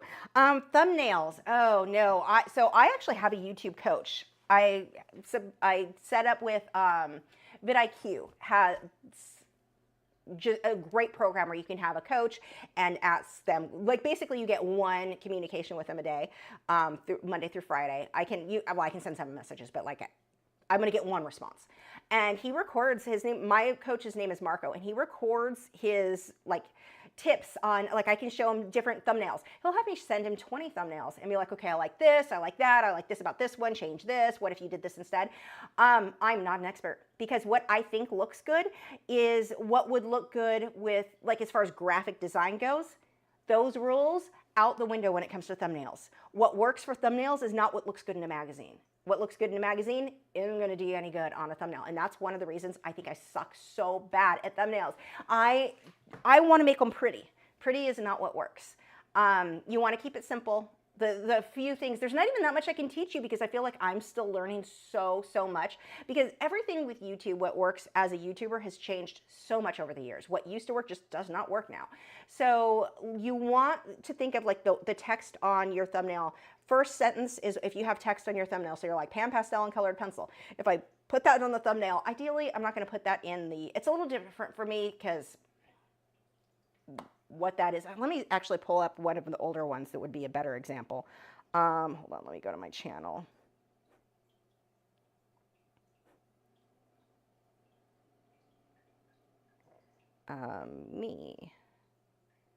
Your videos. I'm trying to think, because I can't think off the top of my head for whatever reason right now. What was one I actually worked on a lot with the coach? The last one I worked on that I uploaded was, here we go. Okay, so this one did really well. It got 22,000 views. For me, that's a lot. It was the orca, or not the orca, the humpback whale. If you go and look at the video called, and it's your paintings will suck until you fix this. And then the thumbnail was 99% of beginners get this wrong. So what you want to do with a thumbnail, the text on the thumbnail, that's a bit long, but you want that to be something attention grabbing. And that's like your first sentence. Second sentence is your title. Third sentence is the first sentence you say in your video. So one of the things, I do the same thing, is I'll put like pan pastel and colored pencil. Then I put in the, that's on the thumbnail. Then I put, oh, why did I just lose? Are we still here? That was weird. The stream just went down. Oh, it looks like we're back. God, my whole internet is just a problem apparently tonight. Yeah, my website's still down. Okay, well, we're back. But anyway, so that read 99% of beginners get this wrong. Then the thumbnail is your next sentence. Your paintings will suck until you fix this. And then the first, whatever, I don't even remember what I said in that video. I guess I can click on it. Whatever I said first. My painting looks like a cartoon. Yeah, my painting looks like a cartoon again. And I went into the concept of that video. So it was like, it needs to be almost one cohesive, like, sentence 1, sentence 2, sentence 3. Don't do what I do. Pan, pastel, and colored pencil on the thumbnail. Pan, pastel, and colored pencil on the title. I'm wasting valuable real estate. I don't need it in both places. I do it all the time when I'm like just rushed and getting the information out there. And then the first sentence shouldn't be, today I'm going to show you pan, pastel, and colored pencil. They know. I covered it twice already in my case. So use me as an example of what not to do. But the way like the coach has been talking with me about that is like storytelling and sentence 1, sentence 2, sentence 3. Thumbnail, title, first sentence in the video. So they all work together. Don't do what I do and keep repeating it. I'm so bad. Even right now, I'm being repetitive now. I'm so, like, redundancy is my middle name. So yeah, that's YouTube or the drones. Thanks. So yeah, we have a bid on the butterfly. The bid is up to $140, and that is, see, I don't want to put out the names, but if I don't, you know, well, the person who bid $140, you're obviously the top bidder right now. So the butterfly is currently top bid, has tape on it. There we go. He's at $140. Again, email me, lisa@lachri.com if you want to bid. Okay. Let's go. What was our next question? And thank you for the bid. Okay. So yeah, that's kind of the advice there. Keep it simple. Don't overdo it. If it's got too many elements, like they say something like no more than 3 elements. So in my case, it will usually have me, the painting, and the text would be 3 elements. So you don't want a ton of, that's not the greatest example, but we'll just go with that. You don't want like, don't overcomplicate it. And don't try to be cute. Like cute or witty does not work on thumbnails and titles at all. Clickbaity, unfortunately, does work. The problem is for me, I struggle with that because like so the video that I had go up, the Red Panda video, that's one of the conversations I'm currently like having with my coach because he messaged, he's like, what have you tried this thumbnail? Or actually, what were his suggestions? I'll just tell you what his suggestions were. Let me pull up the app, the vidIQ app, which is actually a really good app. It's loading, it's loading. Let's see, some of his suggestions were secrets to blending pan pastel and colored pencil like a pro. I wasn't giving any secrets. There wasn't enough that I felt that I could deliver on that title. So good title, sure. I don't feel like that video was just a quick time lapse with a little bit of voiceover. It didn't have like a point to it like that. The absolute best way to create depth and detail. I wasn't covering that in that video, so that wasn't gonna work. The hidden secret to making your paintings pop. There was no hidden secret. Like, because I feel like there was no, like, I'm going to talk about this secret. I'm going to talk about this thing. None of these titles worked. So I have a hard time with it because coaches and people who know YouTube are like, no, you've got to use that. And I'm like, but I can't deliver on it. I won't say it. I'm not going to say something I don't feel like I'm delivering on. So I'm probably a terrible client for him because I won't just do the things that it works on YouTube. And that's why I don't get views. But yeah, those are some tips that I've been told, and I'm not good at them. I feel like I'm getting better at understanding some of these, but still, like I've done A/B testing to see, like I'll make 2 thumbnails and I'll know the first one, definitely the better one. No, it'll be the second one. The second one's what gets me more views. And I'm like, what? I'm so bad at guessing which one. And I've done this where I've taken the courses through vidIQ, and it'll be like, of these videos or these thumbnails, which one do you think will perform well? I always choose wrong every time. I never get it right. So what, I don't know, maybe my brain's just broken, but what I look at and I'm like, oh, I'd click on that is apparently not what anyone else would click on. So I don't feel like I'm in a place to really teach well. I can tell you what my coach has told me, but yeah, I'm terrible at it. Terrible. Okay.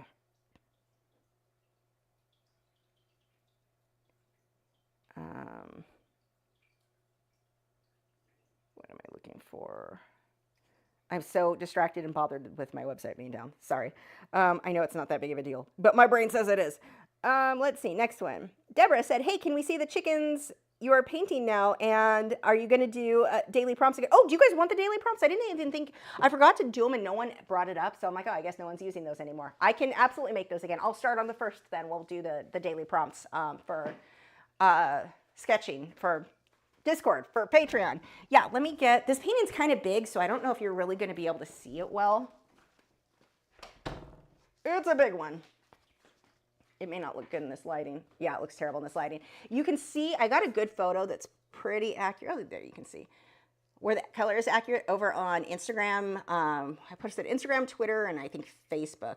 So I've not, you guys know, I love MeWe. I've talked about, there's the bottom so far, just the drawing. It's going to have, on these branches, the driftwood is going to be covered in wildflowers. I'm so excited to start that. But where was I going with that story? Oh, MeWe. So I love MeWe. MeWe does not work lately for me half the time. I'll go to post and the app isn't working right, or the website isn't working. It just keeps doing this weird, like, blank thing. So, and that's why I haven't been posting over there lately. It has not, like, that site has just been having some issues, and I don't know if it's like just my browser. I don't know, but okay. So that's why I haven't been posting there lately. But I'm paying for it monthly, like $5 a month to have my page. If that doesn't fix, because it's been an ongoing thing for months, like it's always weird. I can't go to the Lachri artist group. I can't see anything. It shows me this weird screen, like I cannot get it to work. So, and I've cleared my cache. I've cleared, like, I don't know. I don't know what's going on with me and MeWe. I don't know if any of you guys are having problems with that, but that's why I haven't been posting there. So hopefully that gets fixed. I keep letting it go and not really looking into it because I'm assuming that it was on their end and it'll just get fixed, but it's been going on for so long. I don't, like, the chat works. The chat is the only thing that works for me right now. So yeah. Let's see. Jen said, art question. Sorry. What do you do when you get a new supply? Any swatching or jumping right into a project? Oh, I jump right in. I don't do swatches. I'm not going to say they're pointless, but that's how they feel to me. Like, I can understand why other people might want to do it. I'm just going to jump right in. I learn by trying to make it do what I want it to do. That's how I get the hang of things. Sometimes I'll have a scratch piece of paper where I test colors and stuff as I go, but oh yeah, I just jump right in. I'll go with something basic and simple, usually for my first time doing something. Like, let's draw some grapes so I can get an idea of the shading and all that, and they're grapes, so they're going to look good no matter what. But I'm probably not going to do a portrait for the first time using a new medium. But yeah, normally I just jump right in. Let's see.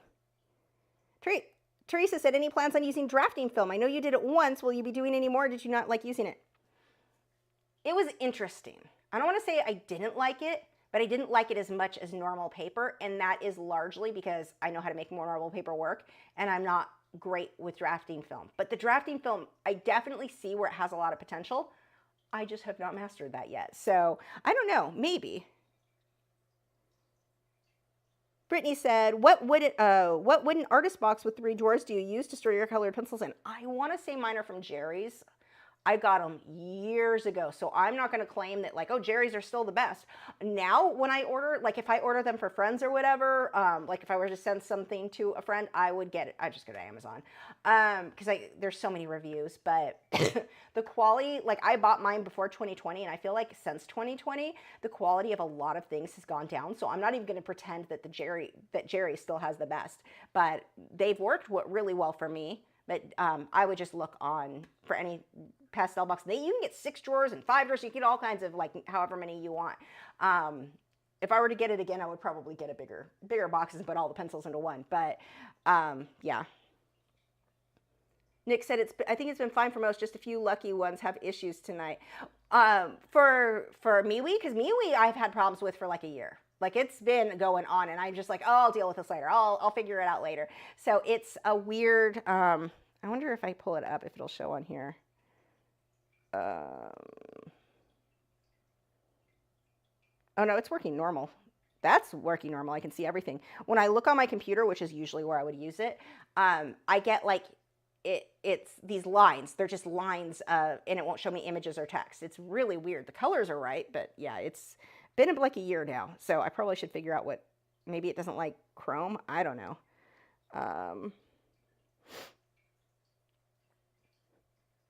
Cara said, I don't get to see lives often in the UK, so I wanted to take the opportunity to say thank you. Oh, thank you.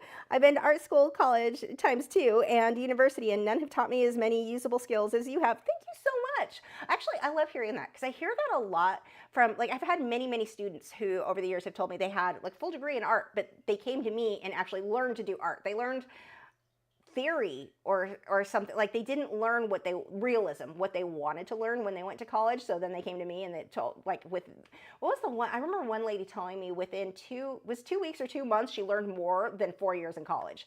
So that's really cool to hear. Thank you. Yay. And then Cara said, art question, if your drawing was bigger, say a 20 by 16 inch, would you still send it matted or would you roll it? What's the largest you would send matted? Okay, so 20 by 16, you're talking about, oh God, what would that be? 18 by 24, 18 by 20? I don't remember. But it would be a really big mat. So yeah, I feel like it would be safer to send it rolled. And then the customer can just go have it professionally matted. Like you can have it, at least you used to be able to go to like Hobby Lobby and it would be like 20 bucks to have a single matte cut, like a basic color, not like double matte or anything fancy, but it wasn't expensive. So in that case, I feel like the art would be more protected to send rolled. Now 11 by 14, which I need to send George, the collie. Seriously, I need to get that sent. I bought the mats. That is 11 by 14 total size. Now that I will send matted, but 11 or 16 by 20 is pushing it on that mat because we're getting so large now, and I feel like there's just not enough stability, and if something crushes that box paper, like it's going to be very hard to have that not get bent if I'm trying to keep it flat. Whereas rolled, those cardboard rolled boxes usually stand up really well. Now, not the triangle ones. You see the ones that you can put a roll in, but they're like, you know, your triangle thing, they're definite angle. Those can get crushed really easily. I've seen those crushed badly. But the actual round, really, really hard tubes, those I feel more comfortable on something, sending something larger than the flat one. The flat one, when you get that big, it is very, very hard to protect it. Now, canvases, obviously, those I'm typically, well, if it's within the US, I'm going to send it on the stretcher bars. So the stretcher bars alone are going to help protect it to an extent, but I'm also going to then cover it in a bunch of cardboard to protect it on top of that. But yeah, that's 16 by 20 I would probably want to roll if I were to send that.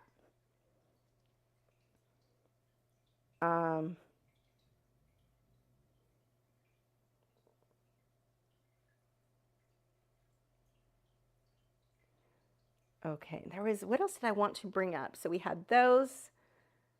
Let's see. I'm trying to think. There was something else I wanted to go over. Is my site still down? Yep. Why? Why are you down? Ugh, that is definitely frustrating. I'm going to sit here and glare at it. Trying to think. Yeah, this one, if it was Brian, Brian would have fixed my website by now. This guy, I have a feeling, the guy who owns it now, and they're very nice, the people who own EMWD, like I've stayed with them, I do like them, but he's like your normal business hours guy, whereas Brian was like up late playing World of Warcraft, so he'd get a message from someone like me in the middle of the night, 4 in the morning or whatever, and he's up fixing it right then. Brian was so awesome. But let's see. What would the smallest canvas to do the birds? The canvas is humongous. So that one's a 30-inch. Well, it depends on how much detail you want. So if you wanted to paint it smaller, you could do a lot smaller, but you're going to be hitting your main lights and darks. You're not going to do the same detail the way that I'm doing. You can do detail smaller, but I mean, to this level, I mean, look at, let me pull that back up so you can see those brush strokes.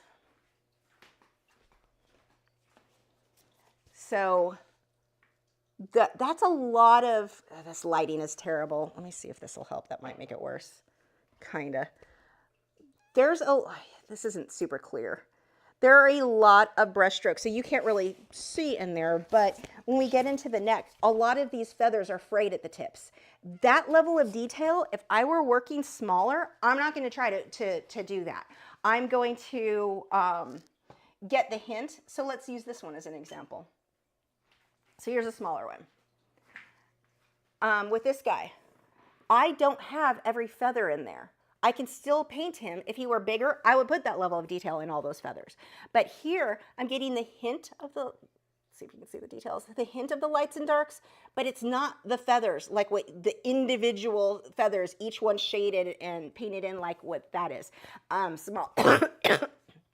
Smaller, I'm going to hit my general lights and darks, and I'm going to give you the illusion or the hint. Like, I don't know if you can really see the details. Maybe on this camera. Let me see. Yeah. See how you're going to see the hint of those details? It's not as defined on all of them. It's still, that's kind of out of focus, but it still looks like the bird. It's still a pretty painting, but I'm not going to try to do every feather. I can go with a smaller brush.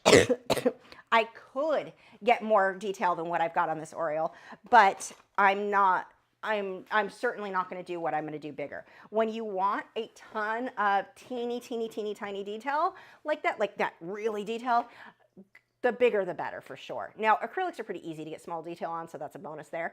But yeah, the bigger you go, the more detail you can fit for sure.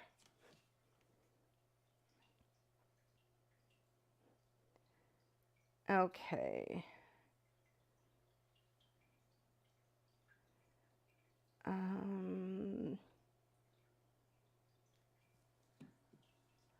Oh, I have actually a fun message Teresa sent me about Patreon. So Patreon, if you're unaware, for as little as $6 a month, you get access to all of my over 400 longer lessons. Like the Raven that I'm working on right now will be up. The next one that will be up. The Wildflowers will be separate. But my brain is just gone. Where was I going with that? Come on, Lisa. I think I'm not getting enough oxygen. I think that's what's happening. Because I'm coughing too much. I'm kidding. But also kind of not. Where was I? Oh, so anyway, $6 a month. You get access to all those videos. But I also have a testimony? Is that the right word? From one of my Patreon members. So let's play that. And I apologize. I hope I don't blow anyone's ears out or that it's too loud. Let me know. I can adjust the volume as it goes. Hi, Lisa from Lachri Fine Art. I wanted to thank you for producing such a wonderful Patreon channel. I have grown so much as an artist by following your instructions and your lessons, and I just wanted to let you know how much I appreciate you. You're a great art mentor with your lessons, and they're so inclusive that what started out as learning colored pencil has expounded into also being interested in your acrylic paintings, in your watercolors, in your graphite, in your charcoal is all access. And I was just sitting back and thinking how great it has been this past year learning and growing under your tutorage. And you're an incredible mentor. And I just wanted to send you a special thank you for creating such an astounding Patreon channel. And I also wanted to mention a big shout out for the community on Discord that you have brought together with all your Patreon members. I've made truly friends out there. The people are so welcoming and so helpful. They want to brainstorm with you. They want to see you improve in your art, not just share what you're doing and them share what they're doing. They want you to grow, and I enjoy that. And I just wanted to send you a special thank you for that. There we go. Thank you so much, Teresa. Oh, it just makes me so happy. So there we go gives you an idea, like a Patreon review. Also, did you know you can now gift Patreon? You didn't used to be able to. That was actually kind of a pain. Now you can gift it to somebody. So, or a subscription. So that's pretty cool. If you go to, I think it's patreon.com/Lachri/gifts, something like that. Okay. Now we've got Cara, I keep saying Clara, don't I? Cara said, how easy is it to get prints when you've used metallic paint? The hummingbird painting you did was gorgeous, but can you make prints off it? Yeah, you can. It just depends on how you photograph it. Some of the ways that you photograph it, you'll be able to tell that it looks metallic. Like I did postcards off one where I used the metallic paint of, what was it, a chickadee, I think? And you could tell, like it looked metallic on the print. But it just depends on how the lighting was when you took the photo. Because you can take it at certain lightings and it doesn't look metallic at all. It just depends how that lighting is hitting that will affect that. Let's see. Jennifer said, with oils, do you typically paint oil over acrylics? And you have a lot of oil paintings on Patreon. I'm not sure how many I have on Patreon. I can't look at my website right now to check. Normally, you can go to my website and see all of those available. But 20 of them? I don't know. There's a few. I'm actually, after I'm done with this acrylic painting, an oil over acrylic is what I'm doing next of a horse. So that is coming up very, very soon. I'm not sure how many I have because I can't look right now. Oh, that's frustrating. I want to say there's like maybe 20. And I could be totally lying because I don't even know right now. But yeah, I'm going to be doing the horse for somebody. It's a custom pet portrait. It's a white horse, beautiful horse. So that will be the next lesson after I'm done with this one. And do I typically do oil over acrylic? Yeah. Yeah, because it saves time. You can do it just in oil. You can follow along the whole lesson, just straight oil. You're just going to have longer time between your dry period. Whereas I can dry it really quick and get on to the next. So you can follow along exactly what I'm doing. Your timing is going to be a bit different. And I'm not even sure on that horse if I'm going to do all oil or if I'm going to do oil over acrylic. I have to design the background still. So we'll have to see on that, that one. Usually it's oil over acrylic, not always. Sorry. Stacy said, when selling your art, what size do you see selling the best as far as originals and prints? So it depends on where you're selling. If you're selling in person, it's much easier to sell the bigger ones, but then bigger usually costs more. So it depends on the venue. In a gallery, you're going to be more likely to sell those bigger ones at a higher price. At an art show, people go there to have snacks, walk around and look, and buy a few trinkets. They're usually not wanting to spend more than $20. I mean, I'm not saying you won't get sales that are more, but they're most of the time art shows, art, like anything, even like Aquashella, that sort of event. And this has been, the funny thing is, it's always been about $20. Even if I go back to like the 90s, that was just what people, they wander around and look, and that's about the maximum that they would want to spend. Occasionally you'll get someone that'll spend $125 at a show like that, but not as often, but it depends on the show because some shows are in an area that people just have a lot more money and they're going there to spend a lot.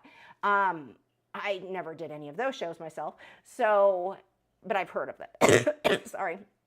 Online, it's hard to sell something that's too expensive. So let's say $1,200 for one of my bigger paintings. Like that one will go for $3,000. I'll list it, the Ravens, when it's done.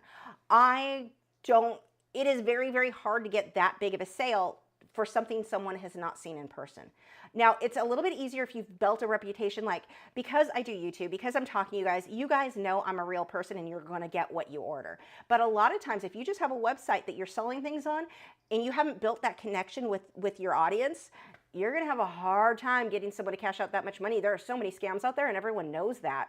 And people are very hesitant to spend that much money. But even if they're not worried about scams, you haven't seen it in person, do I trust that it's going to look the same when I get it, or did they screw with it in Photoshop and completely change what it looked like? You know, that is a normal thing that gets to be difficult. So for me, I would say 8 by 10 to maybe 18 by 24, that size range. So things that are under maybe $800, that's more likely for me to sell off my website.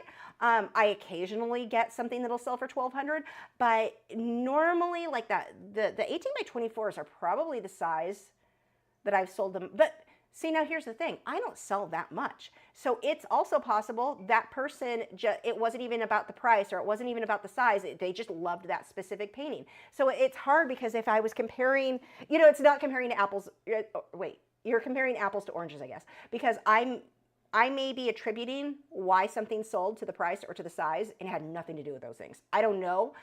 It's hard because it's like I only have one of anything. But prints, I would be able to give more to kind of tell a little bit better. But, well, not really me because I don't pay that much attention to the prints that sell on Finer in America. But, I mean, I do, but I don't know what is selling. But when it comes to an original, it's hard to say what led that person because I don't have like a exit survey to be like, hey, why did you buy this? How did you find me? Why did you buy this one? But I would say for me, what the 18 by 24, maybe I just have a tendency to paint things in a style on the 18 by 24. It's like just the right amount of detail versus price versus, I don't know. I don't know what the deal is, but that's probably the most common. I mean, for me, because the auction's 8 by 10, obviously, for paintings, or 5 by 7 for the colored pencil stuff. But that's hard to say. But again, like just kind of overall, big, expensive, anything more than like $800, usually harder to sell online. but not that hard to sell in a gallery. Art shows, most people aren't spending a whole lot of anything, so anything over 20 bucks, they're just gonna kind of keep on walking. I sell a lot of postcards at art shows. Okay.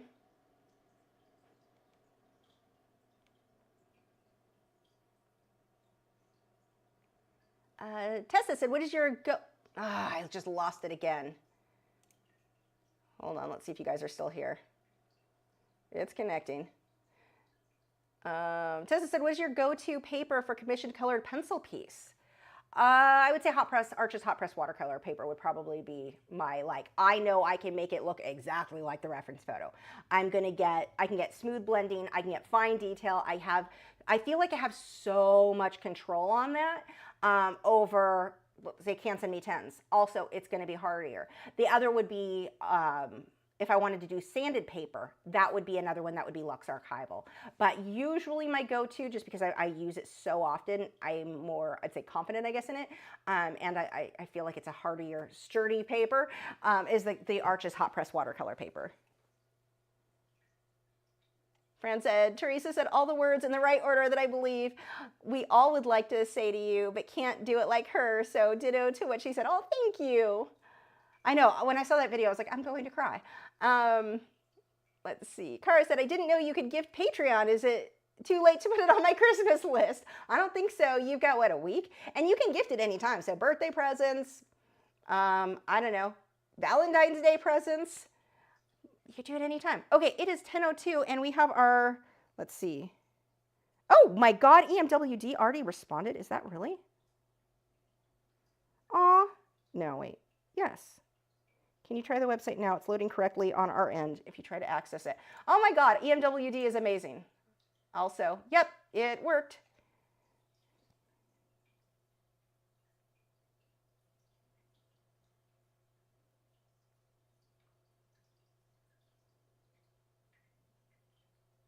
Hold on, I'm just responding.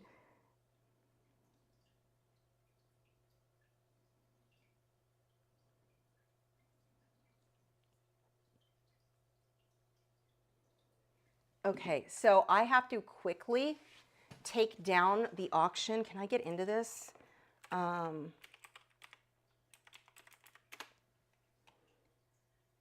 I'm going to end up...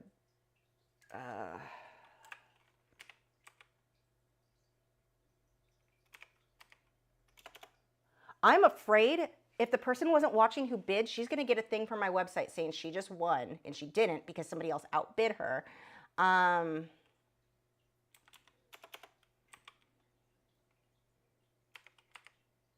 Crap, what is it to log in?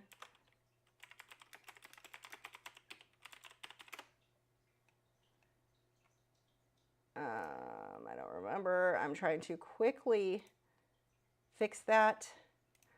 Otherwise, worst case scenario, if she pays before I fix this, I'm going to redraw it for the person who bid again. So I'll have two, which I hate redrawing things, but the second one always ends up being better. So I will do that if she didn't get the message about it being sold. I do not like disappointing people. Like I would feel so guilty. So anyway, I will have to go log in and fix that. Anyway, thank you guys so much for joining. I am going to go see if I can get that taken down. And oh, she would have gotten an email that she won. If you're not watching, I don't know who the person is because it was like a username. I will redraw this if I need to, if she is not watching right now. And if I redraw it, I would probably redo it for Jen because I will spend more time on it because she had the higher bid. I think that's what, if that's okay with you, let's talk. Let's talk. Hopefully she's watching and knows she didn't win. But my website's going to email her right now, and there's nothing I can do because it would have already sent the email. What in the world? That was I didn't even factor that in. Yeah. So, yeah, crap. Anyway, it's who are you watching? Whoever, Jen, is that okay with you if I just redraw it for you then? Do another one if she doesn't know. If she does know, or if she's watching and she knows, you get this one. My worst case scenario is she didn't know, thinks she won, and I don't want to disappoint anyone, and I will just spend a little bit longer on the other one. Cassie says, okay, Cassie says you're good. Okay, Cassie knows. Woo, we're good. Don't pay. But also I want to do something nice for you too. Aw, what can I do nice for people? Anyway, thank you guys so much. Thank you for bidding. Sorry for why my website went down. I submitted the ticket also. I'm going to say EMWD is amazing. I can't believe they got back to me this late at night on a weekday like this. So I'm definitely going with they are good. And thank you guys so much. What a nightmare with my website. That was confusing and stresses me out to think I'm going to disappoint someone. Like that is the worst. Oh, I hate that feeling. Anyway, yeah, that's probably like, I don't lie and I don't want to disappoint someone. And sometimes you can't help it that that's why I don't like doing giveaways, honestly, because not everyone can win. And then I feel so guilty. And part of me says, well, they could just buy an original. And then I'm like, but then they're disappointed. I'm a crazy person and I don't like disappointing people. And I'm done for the night. Check out our moderators channels. Links are in the video description. I will see you guys on New Year's Day. So 2025. Hopefully it's better than 2024. I'm excited for, like, I've got changes I'm doing. I didn't even tell you guys about. I'm trying to get more videos done. I'm excited. Thank you again so much. And I will see you guys New Year's Day. Bye. I don't know what buttons to push. Where are my buttons?